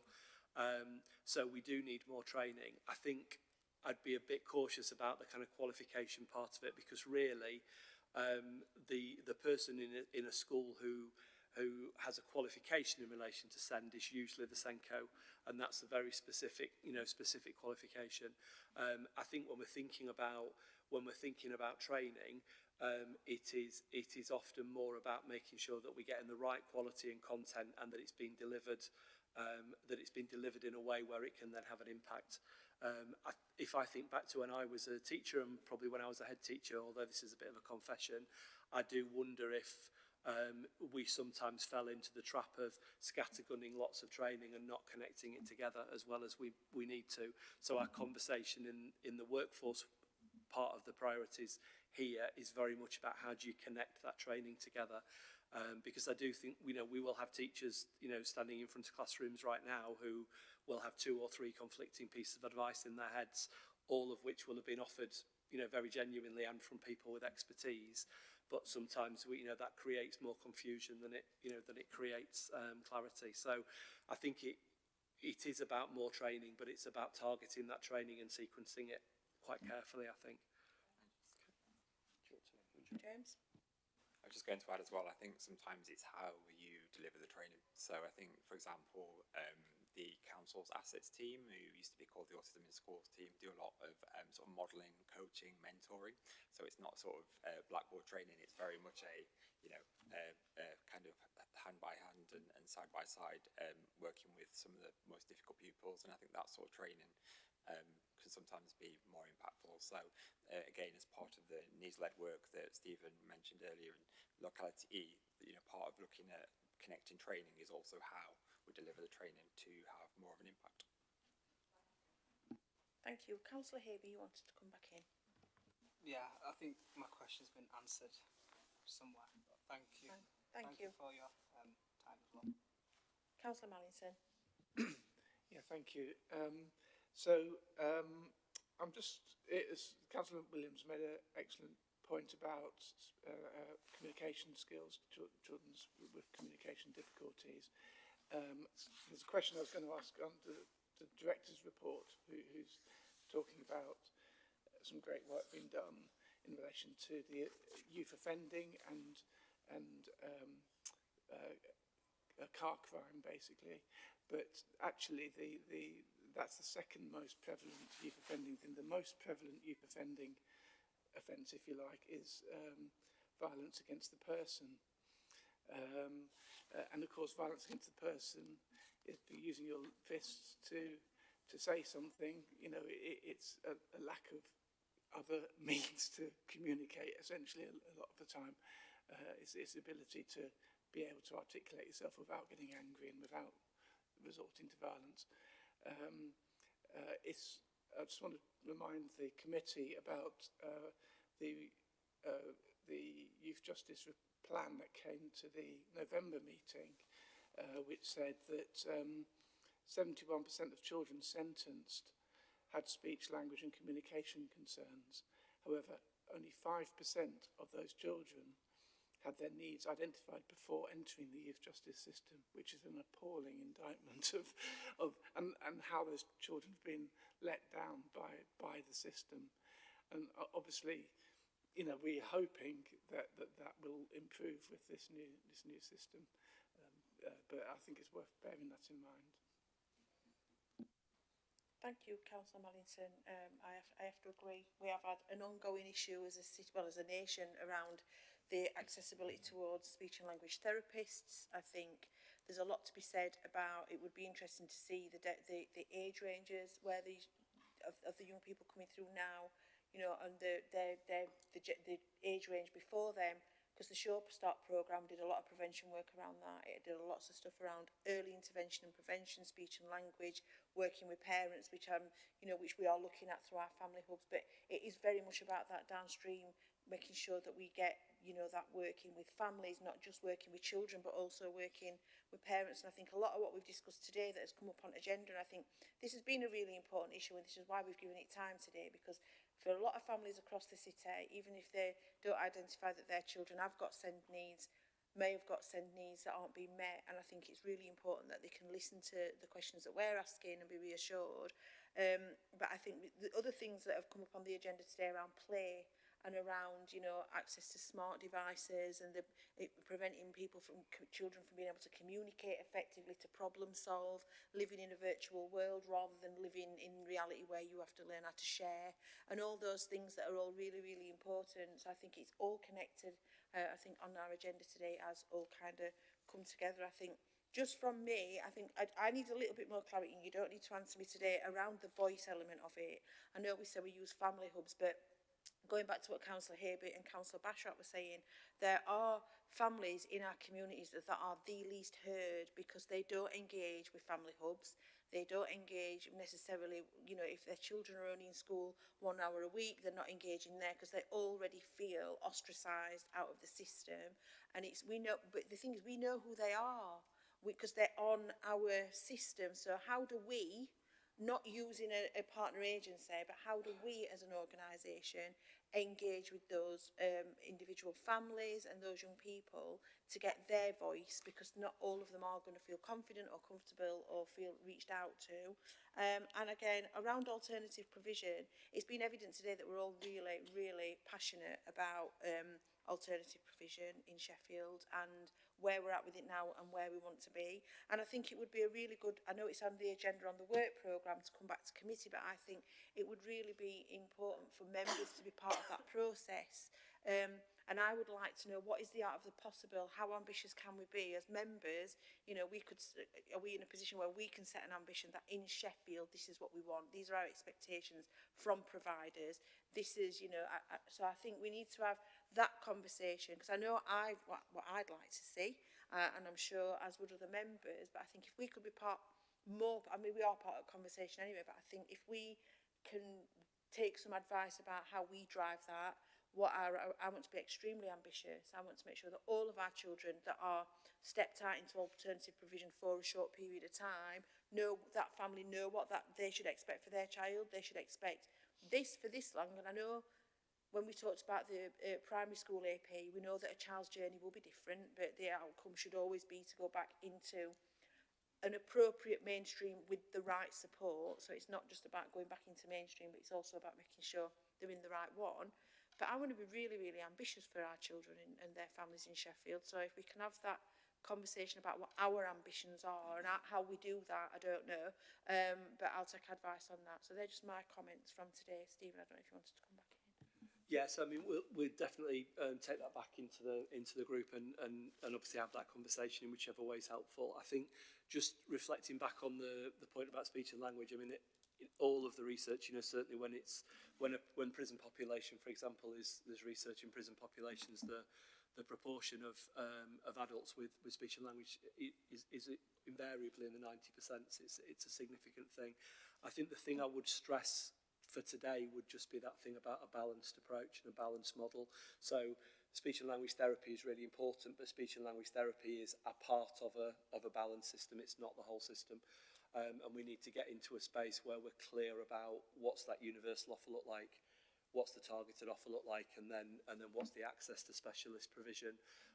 It is also the area, just coming back to Councillor Basharat's point earlier on, it is also the area where we see the closest correlation with deprivation in terms of the incidence of speech and language. And so from an equity point of view and from a early intervention point of view and from a strategic point of view, it's essential, really. Can I just chip in? I'll just say that speech and language, in my opinion, is a vital part of education throughout. And unfortunately, with our exams-focused education system, with kids sitting in lines and listening to the teacher, that there's less opportunity, particularly for teenagers. And we really need to encourage more dialogue in the classroom and the ability to express oneself in the classroom, which is absent.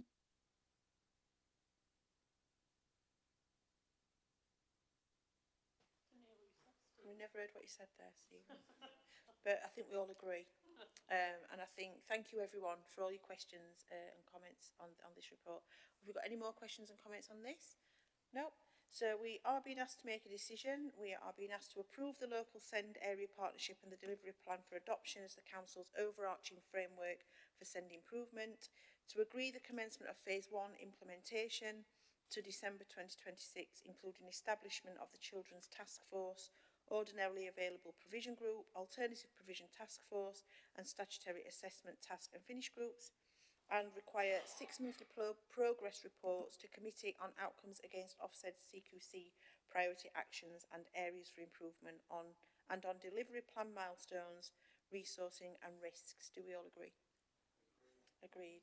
That's unanimous. Thank you very much. Thank you for your time today. It is really interesting piece of work that's going on at the moment. So thank you for waiting. So we've got agenda item number 10, which is on page 179, which is Aldine House Secure Children's Home Security System, and Lindsay Knight is coming to present this report. Thank you. Hi Lindsay, if you just want to put your name card up and introduce yourself when you speak. Thank you.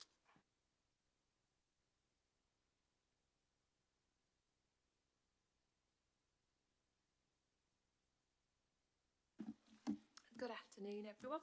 I'm Lindsay Knight. I'm Assistant Director in Children and Families. I have responsibility for our children's homes, supported accommodation, adoption and our external placements team. I'm here today to talk you through the report that I've submitted in relation to Aldine House, which is our secure children's home provision, and the ask today is, well, to respectfully ask for agreement to proceed with a full replacement of the security system in our secure children's home, which is roughly around the cost of £350,000. Just to add some context around the provision itself, Aldine is a secure children's home. There are 13 provisions nationally, so it is a very important provision. We're very privileged to have that service in Sheffield, and there's already been a big commitment from the council to support the expansion of that service. On a daily basis, there can be up to 50 children that require a place in a secure children's home. So you can understand that nationally there is a real need for us to really look after and care for these children who are the most vulnerable really in society. So at the moment we've had some issues with the current security system, and I am by no means an expert in security systems, but we've been working closely with the provider that we currently have. Unfortunately, the system is old. It's over a decade old, so we are experiencing some problems. And with that brings some risks that I think it's important to set out to really sort of understand why I'm here today to ask for this financial commitment. So within the service, our staff do require to carry specific equipment. We are required under regulations to have CCTV footage. We need to make sure that fundamentally the children are safe, but also that the staff are safe in that provision. So the staff have an ATIS, which is a personal alarm system. It's also a telephone system, so that if they do require any support, they can hit the high alert button, and staff can respond. Within that, we have lots of integrated systems around access control and also the servers that are connected to that system. It's a very complicated system actually. So we've been scoping out this as a project in itself, and we have been able to obtain a quote. It's a very niche piece of work, and we did get in contact with the DFE to see if we could look at a match funding proposal to help with the costs. This was considered, but unfortunately they weren't able to agree to the match funding, which is why we're asking that there's a need for us to fund this in its entirety. And just to talk through some of the risks, if we weren't to proceed with this, there are indeed, of course, the safeguarding risks. As I've set out to the children and staff, we need to have a security system that is fully functioning. There's the operational disruption that comes with that as well, which is really key. And, we work under the Ofsted regulations and the frameworks, and we need to be evidencing that we are in line with those regulations and not in breach. There's also some financial risks, because if we continue to do small remedial work, it's often coming at really high cost and actually not as effective as us perhaps looking at this in its entirety and suggesting to replace the entire system. And as I've already set out previously, the council have made a commitment to this service with our plans to expand, and we are working towards having more children accessing this provision. As I've set out, there's already a number of children that do require secure placement. We want to continue to be able to offer that within our city, and that really is about supporting our neighbouring local authorities as well, who haven't got the sort of privilege of having such provision in their localities. So the expansion plans really fit into this ask as well, because there is a risk that if we don't do this, we could have some conversations with Ofsted that may prevent us from expanding and offering more placements until we can be really clear that this is a system that's fit and working. That's it from me. I'm happy to take any questions. Thank you, Lindsay. Councillor Whittaker and then Councillor Bannister. You talk about in the report about future-proofing it. So is the £350,000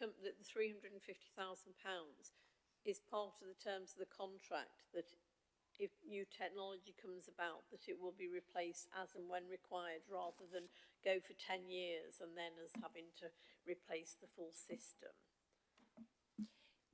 Yeah, absolutely. So we'd be working alongside our procurement colleagues to set out exactly what that spec would look like, and we would be really clear about those updates and making sure that the provider can reassure us that they would be keeping in line with any developments with the technology and so on. So yeah, that would all be built in and would be kind of part of the service level agreement. And can I just ask how? I mean, I think we've got no choice really. I think we've got to do it. How quick could this be done? So we need to, if we have agreement today, then we'll continue the conversations with our procurement colleagues to look at commissioning that piece of work. We had some initial conversations with a provider to look at getting a quote. It is quite a lengthy piece of work because it's so complex. It could take up to 6 months for the implementation, but the providers that we have had some conversations with have been clear that they have a sort of priority tiered system in terms of what they would do first and what would be required. So it is a lengthy process, which is why we're really keen to try and proceed as quickly as we can. Thank you. Thank you, Councillor Whittaker. Councillor Basharat. Bannister. Close. Really much the same question. How much of a guarantee can we get? I mean, I know obviously we all buy these technologies these days and our providers say you'll get 3 years updates. I mean, are we likely to get 10 years updates out of these people, or more or less? Are we having sort of guarantee around that? I understand that things are moving quite quickly, but in some terms, tech is kind of slowing down in some ways. So hopefully, if we can, update software-wise rather than physical-wise, then it's just dependent on your provider to give that guarantee, I guess, of support. Yeah, no, I think that's a really good question, and as I say, I think through the procurement process, these are things that we would be really keen to understand and seek that reassurance on. I think there are limited companies that are able to conduct this piece of work, so it's about trying to find the provider that can ensure that we get the right system with the right upgrades and that we have that clearly identified in any service level agreement, so that, as a council, we're clear what the expectations are and that company is also accountable in terms of meeting those expectations. So we will continue those conversations, but absolutely there'll be key questions that we'll want to build into the specification. Thank you. Councillor Smith. My questions have been answered, but you're obviously doing a very important job, and it's a no-brainer for me. We need you and your staff to be safe, but also these young people, and may you continue to do an excellent job. Thank you. Thank you, Councillor Smith. Councillor Williams. Just a quick question, if I may. Just for clarification, although this is a Sheffield resource, it takes in young people from outside of the Sheffield, and they are, I assume we charge those particular councils accordingly to ensure that we cover the real costs of providing this facility. Yeah, we do admit children nationally. We work closely with other local authorities, and there is an element of income generation within this model that is about ensuring that we can continue to run a high quality provision, which includes any updates that we need. There are opportunities to do further work with the DFE in terms of some funding of some of those elements, which we'll always continue to seek out.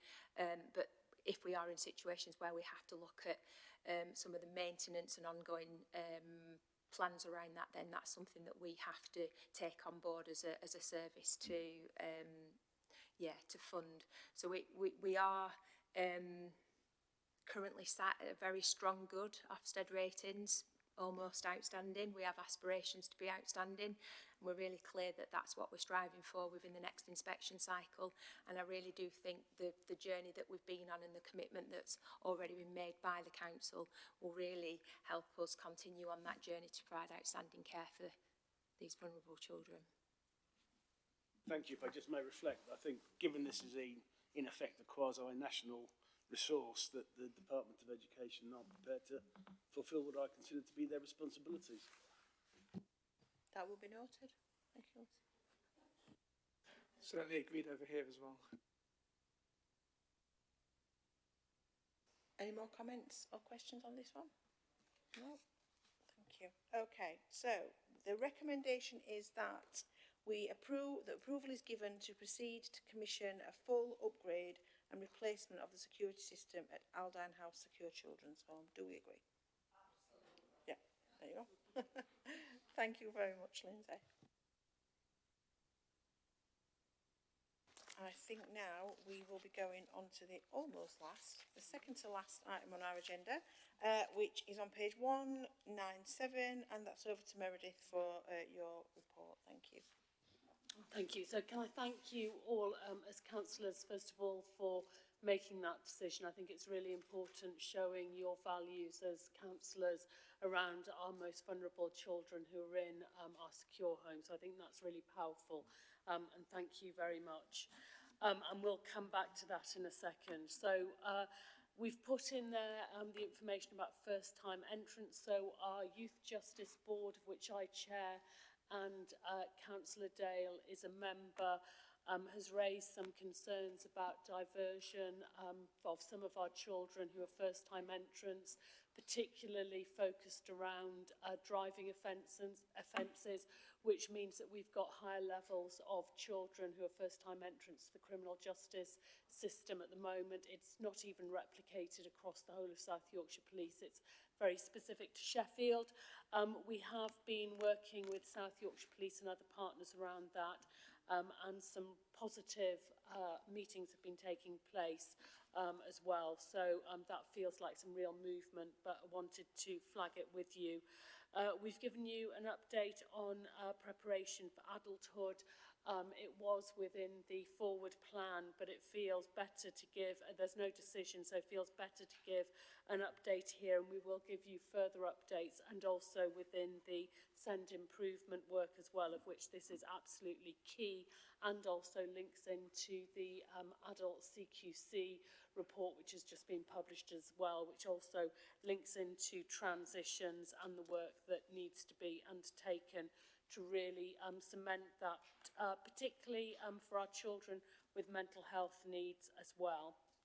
And then Lindsay's already alluded to this, but the really strong work that's been taking place within our children's homes, both the quality of provision and also the extension of our children's homes. We have been committed, as you know, to creating small family feeling children's homes where it is absolutely their home, and we're opening more like that and really looking at the quality. And I think that you'll already have seen that it's Lindsay Knight's leadership as head of service for that area that's absolutely had that impact and that drive over the last 2.5 years. And I think we need to note that in the minutes, that it has been her work which has led that and guided that and ensured that we've had the right values within that work as well. I'll move on to the Academy Conversion Programme, which hopefully gives you the update that you require, and also the solar panel. So just again to re-emphasise, this is a DFE-led, Department for Energy and Security and DFE-led piece of work, and the conversations have been directly with those schools. We have supported, because we think solar panels are a good thing for schools, but have had no influence on where those schools are. And then finally, hopefully this is a helpful aid memoir for you. So you know that we have the Belonging Framework as our Tier 2 strategy.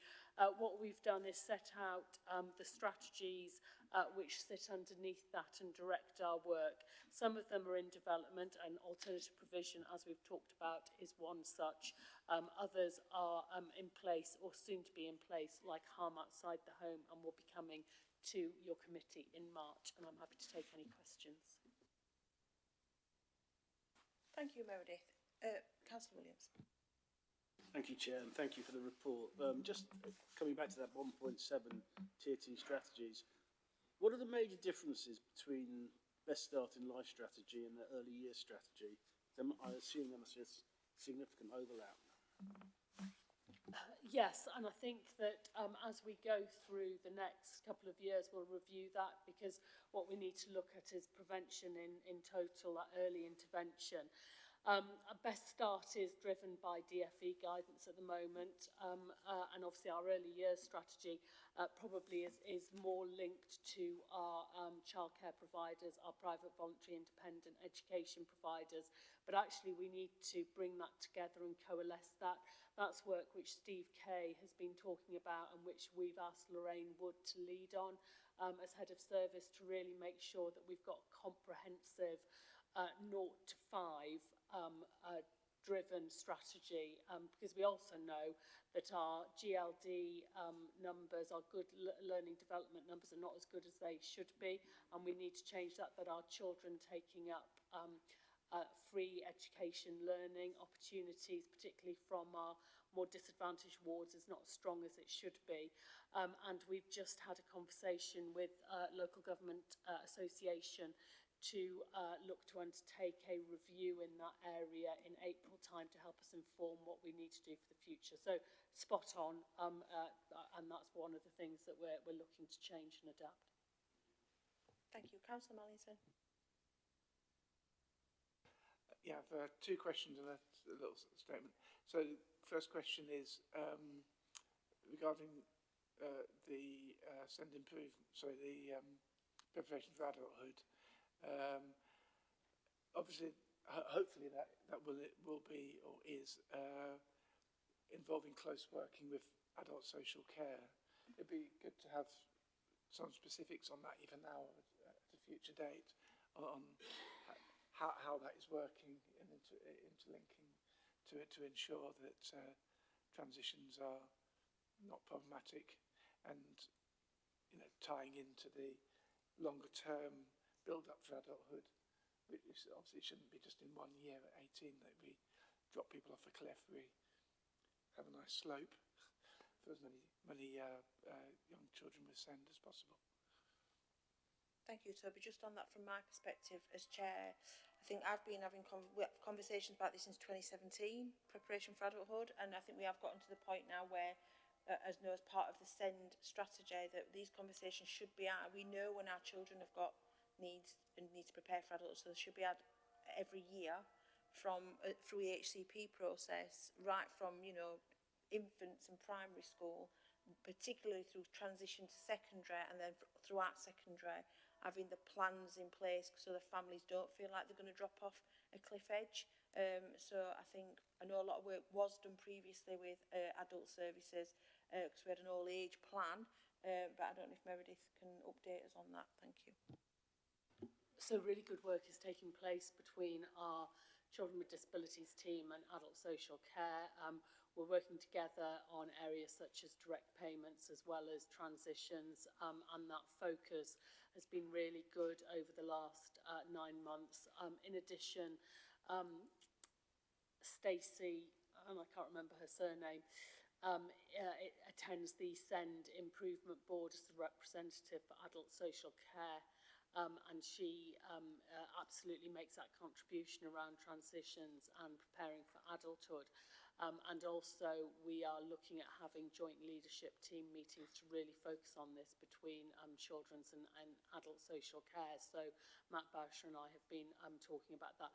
We also then need to take it broader, because there are issues with transitions for children with mental health issues and a real gap between 16 and 18.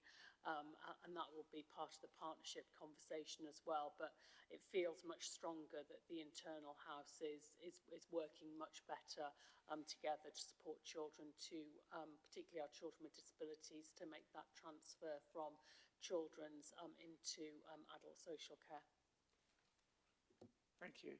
And second question was about solar on schools. And just obviously coming back to the climate bond money, appreciate we're going to be lobbying to get as many schools as possible. Is there any indication of when we'll find out which schools may be benefiting from that? So I don't have that information. I will go back and check with the team, but I think that we are informed when the decisions have been made rather than us getting it beforehand. But I will check with the team who link in around this. So do you think will you have education have a voice in identifying the schools? How's that going to work? Again.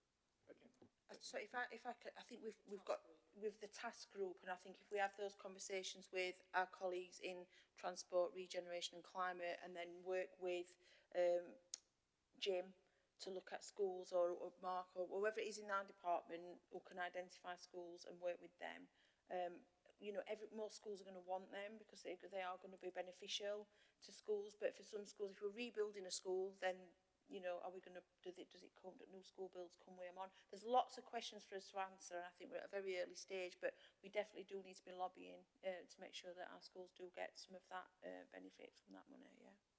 Thank you. And finally, this sort of statement really just to reflect the director's comments about the children's homes. Absolutely fantastic work. I'm sure hopefully the committee will agree to pass on our congratulations to all the staff involved, both within the council and in the homes, about the fantastic work that's been going on and amazing. There's a strategy that seems to be working to improve our children's homes, so that's fantastic. Yeah. Thank you, Toby. Any more questions or comments on Meredith's report? So it is just for us to note today. So note that the Strategic Director and Children's Services report and agree key activity for the coming months. Do we agree? That's great, thank you. Could I just take us back to the previous item at Lindsay Knight's item around Aldine House and the comment that both Councillor Williams and Councillor Mallinson have made about the DFE. With your permission, I would like to write to the DFE to ask to sort of voice our concerns about them not being able to support us financially and ask them to reconsider. Would you be all right for me to do that on everyone's behalf? Well, that's all right. I'd just like to check. I don't want to, you know, we are a collective. We work in collaboration. Yep, is that all right? Okay. Okay, I'll make a... Yeah. So we'll get on, but I will write on behalf of the committee, if that's okay. Thank you. Okay. So then we go on to the next item on the agenda, which is page 207. And this is the Community Youth Service Annual Report. And it's Sally's presenting today. Thank you, Sally.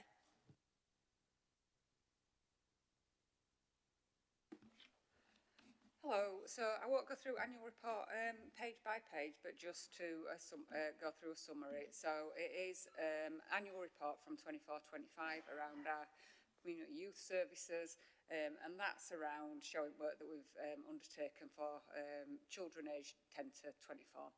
And so what we've seen is there's been a growing demand and strong engagement, so we've had increased use of services, with improved attendance at universal youth work, expanded participation panels and strong engagement in our targeted support.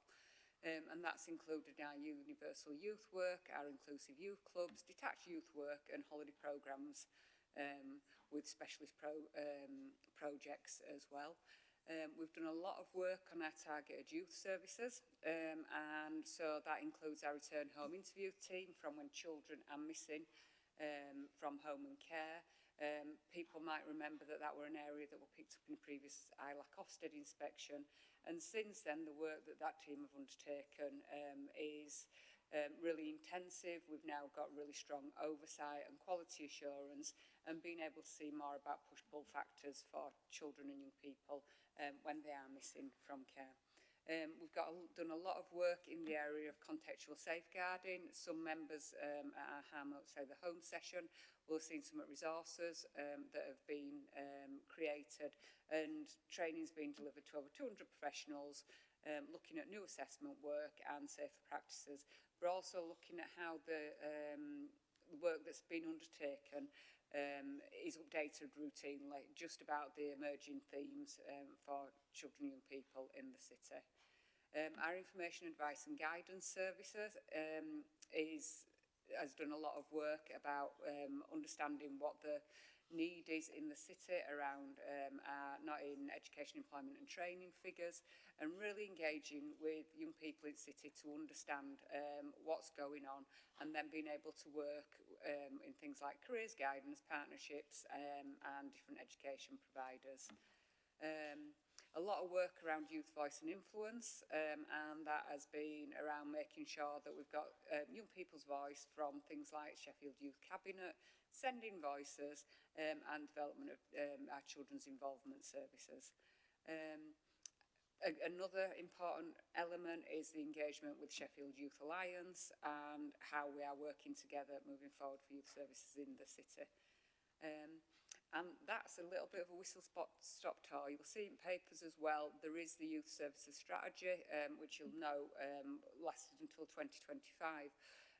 The delay on updating the youth services strategies, we were waiting for the national strategy. The 10-year strategy, which people might have seen, was released in December, and about us being able to look at how we're moving forward. So a lot of work that we're doing in the city already does reflect some of key pillars. So there's 5 key pillars in the new 10-year strategy. And so it is around looking at participation, which is already a strength in the city, things around mental health and wellbeing and employment and education, just key elements, which is things that we are already focused on. So we're feeling quite strong about the new strategy and how we align ours moving forward. So any comments or questions? Thank you, Sally. Any comments or questions for Sally on this? Councillor Williams and then Councillor... Yeah, thank you. Thank you for the report. I mean, I'm amazed at how youth services has developed and improved in the city over the last 3 or 4 years. And I think it's something that a lot of councillors don't realise. I think my anecdotal evidence is that many councillors are still working off an outdated impression of youth services. And so through you, Chair, I think, what can we do to improve that? I mean, we're getting these fantastic reports. All councillors aren't. Whether we can do something for all councillors, because there is so much good stuff that's happened over the last 3 or 4 years. And it really annoys me when you hear colleagues of mine, and it might be the same in the other groups, saying things that, no, that might have been true 5 years ago, but it's not true now. And how do we break that circle and give it the applause it deserves? A short version. I think one of the things that, and I'd be happy for a short version of report with just some highlights to be shared, absolutely. But I think one of the things that we're doing is a real priority for the next 12 months is that digital offer that anybody, councillors, parents, young people can look online, because that's where people look these days, to be able to see what the different youth offers are, what it means, and what they can expect. So for children that have not engaged in youth services before, what will that actually mean to them, and how to engage. So that's a real priority for us, because I do think we need to shout a lot more about some amazing stuff that's going on. Thank you. Councillor Whittaker. Just following on from Richard, really. I've been on this committee for coming up to 5 years, and I've seen huge changes in all areas. But youth provision is one of the areas that's had enormous changes for the better. And I agree totally with Richard that it would be really good if a shortened version can be sent out to all councillors. I think quite often the council's not particularly very good at, bigging itself up, not sort of telling about successes. And I think this is one area where we need to be saying that, this is what's been done. Going back a few years, we discussed that we didn't have enough youth workers.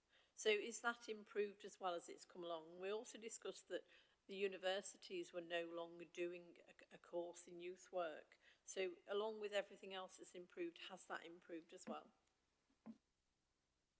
So there has been an improvement within City and about qualified youth workers within Sheffield, so it has improved.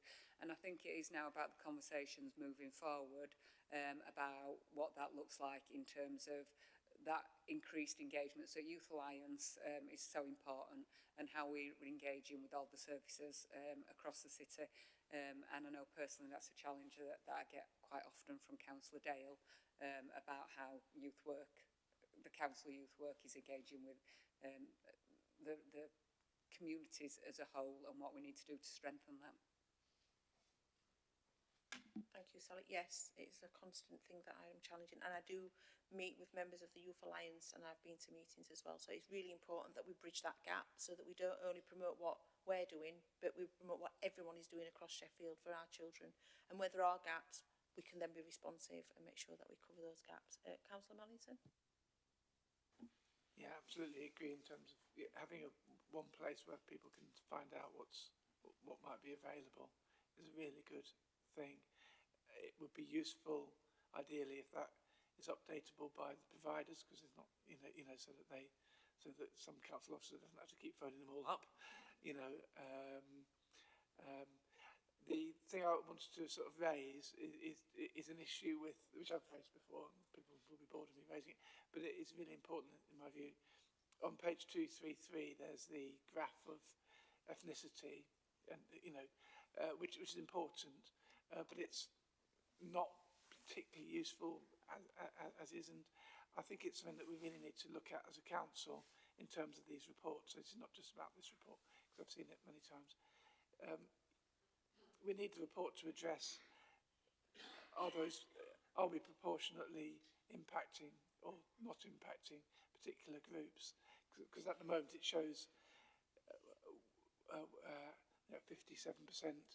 are white British and different percentages for different ethnicities, but it doesn't compare that to what we would expect if it was a truly sort of we were getting to all the different communities adequately. And there does need to be a paragraph about whether we are or we aren't, and maybe what we're thinking to do about it, because that sort of equality side of things does need to be addressed. So just putting a graph there doesn't address it. We need to have either a comparator graph or a statement, or both, ideally. Thank you. And I think that's a really helpful comment, just to take on board moving forward, and not just for this report, but how we're showing our impact and our reach across all the work that we're doing. So I think that's really helpful. Thank you. Thank you. Thanks, Sally. Any other comments or questions for Sally on this report? Councillor Bannister.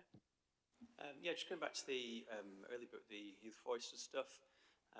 According to the what do you call it, the words chart splash thing, I don't know what it's technically called. Mental health issues and the environment were the two biggest ones from the voices. And I know you've mentioned integrating mental health services into youth service stuff. Are we doing anything around the environment as well? I'm thinking like sort of integration, engagement through more kind of natural world stuff potentially, rather than more conventional urban-based youth activities. I think it's looking at all different areas and looking at what's out in communities as well, and not duplicating. I think that's one of the big areas that we've talked about what that mapping is across the city, to make sure that we have got all them options. But just in terms of the environment, I'm not sure whether people came through front door at Town Hall today to see the Day One exhibition, which is a part of our Voice and Influence team. So there's lots of artwork down there that has previously been on tour around the city, which is a little bit of a side, but we are really mapping to make sure we've got that broad range of activities for all young people. And I think that goes back as well to digital offer about people being able to access, make sure that they can find what activities that they want to access. Thank you. I think just on the outdoor stuff, Councillor Bannister, I know that our workers for our children in care, have an allotment that they attend, which is really well used, and some of our care leavers go there as well. And I think we do a lot of voluntary and community sector organisations. I know do like sort of like forest school style, youth clubs and lots of outdoor stuff. But I think at Health and Wellbeing Board, I did have this conversation around children and young people's mental health and the use of outdoors, because we have green prescribing for adults, but we don't have it for children. And I think that would be, you know, something that health colleagues could probably look at, where we can support our young people to access green activity in the outdoors, which would be really, really important. I'm sure many of us here are very supportive of forest schools and anything outdoorsy as well. So I think maybe something we need to look even deeper into. But thank you, everyone. Thank you, Sally. And that's it for today's meeting, everyone. Thank you for all of your input. It's been a really good meeting, and we've had lots of conversations and good debate. So the next meeting is on the 24th of March. Can you believe we'll be quarter of a way through the year already when we meet again? So thank you, everyone, for coming. Thank you. Thanks.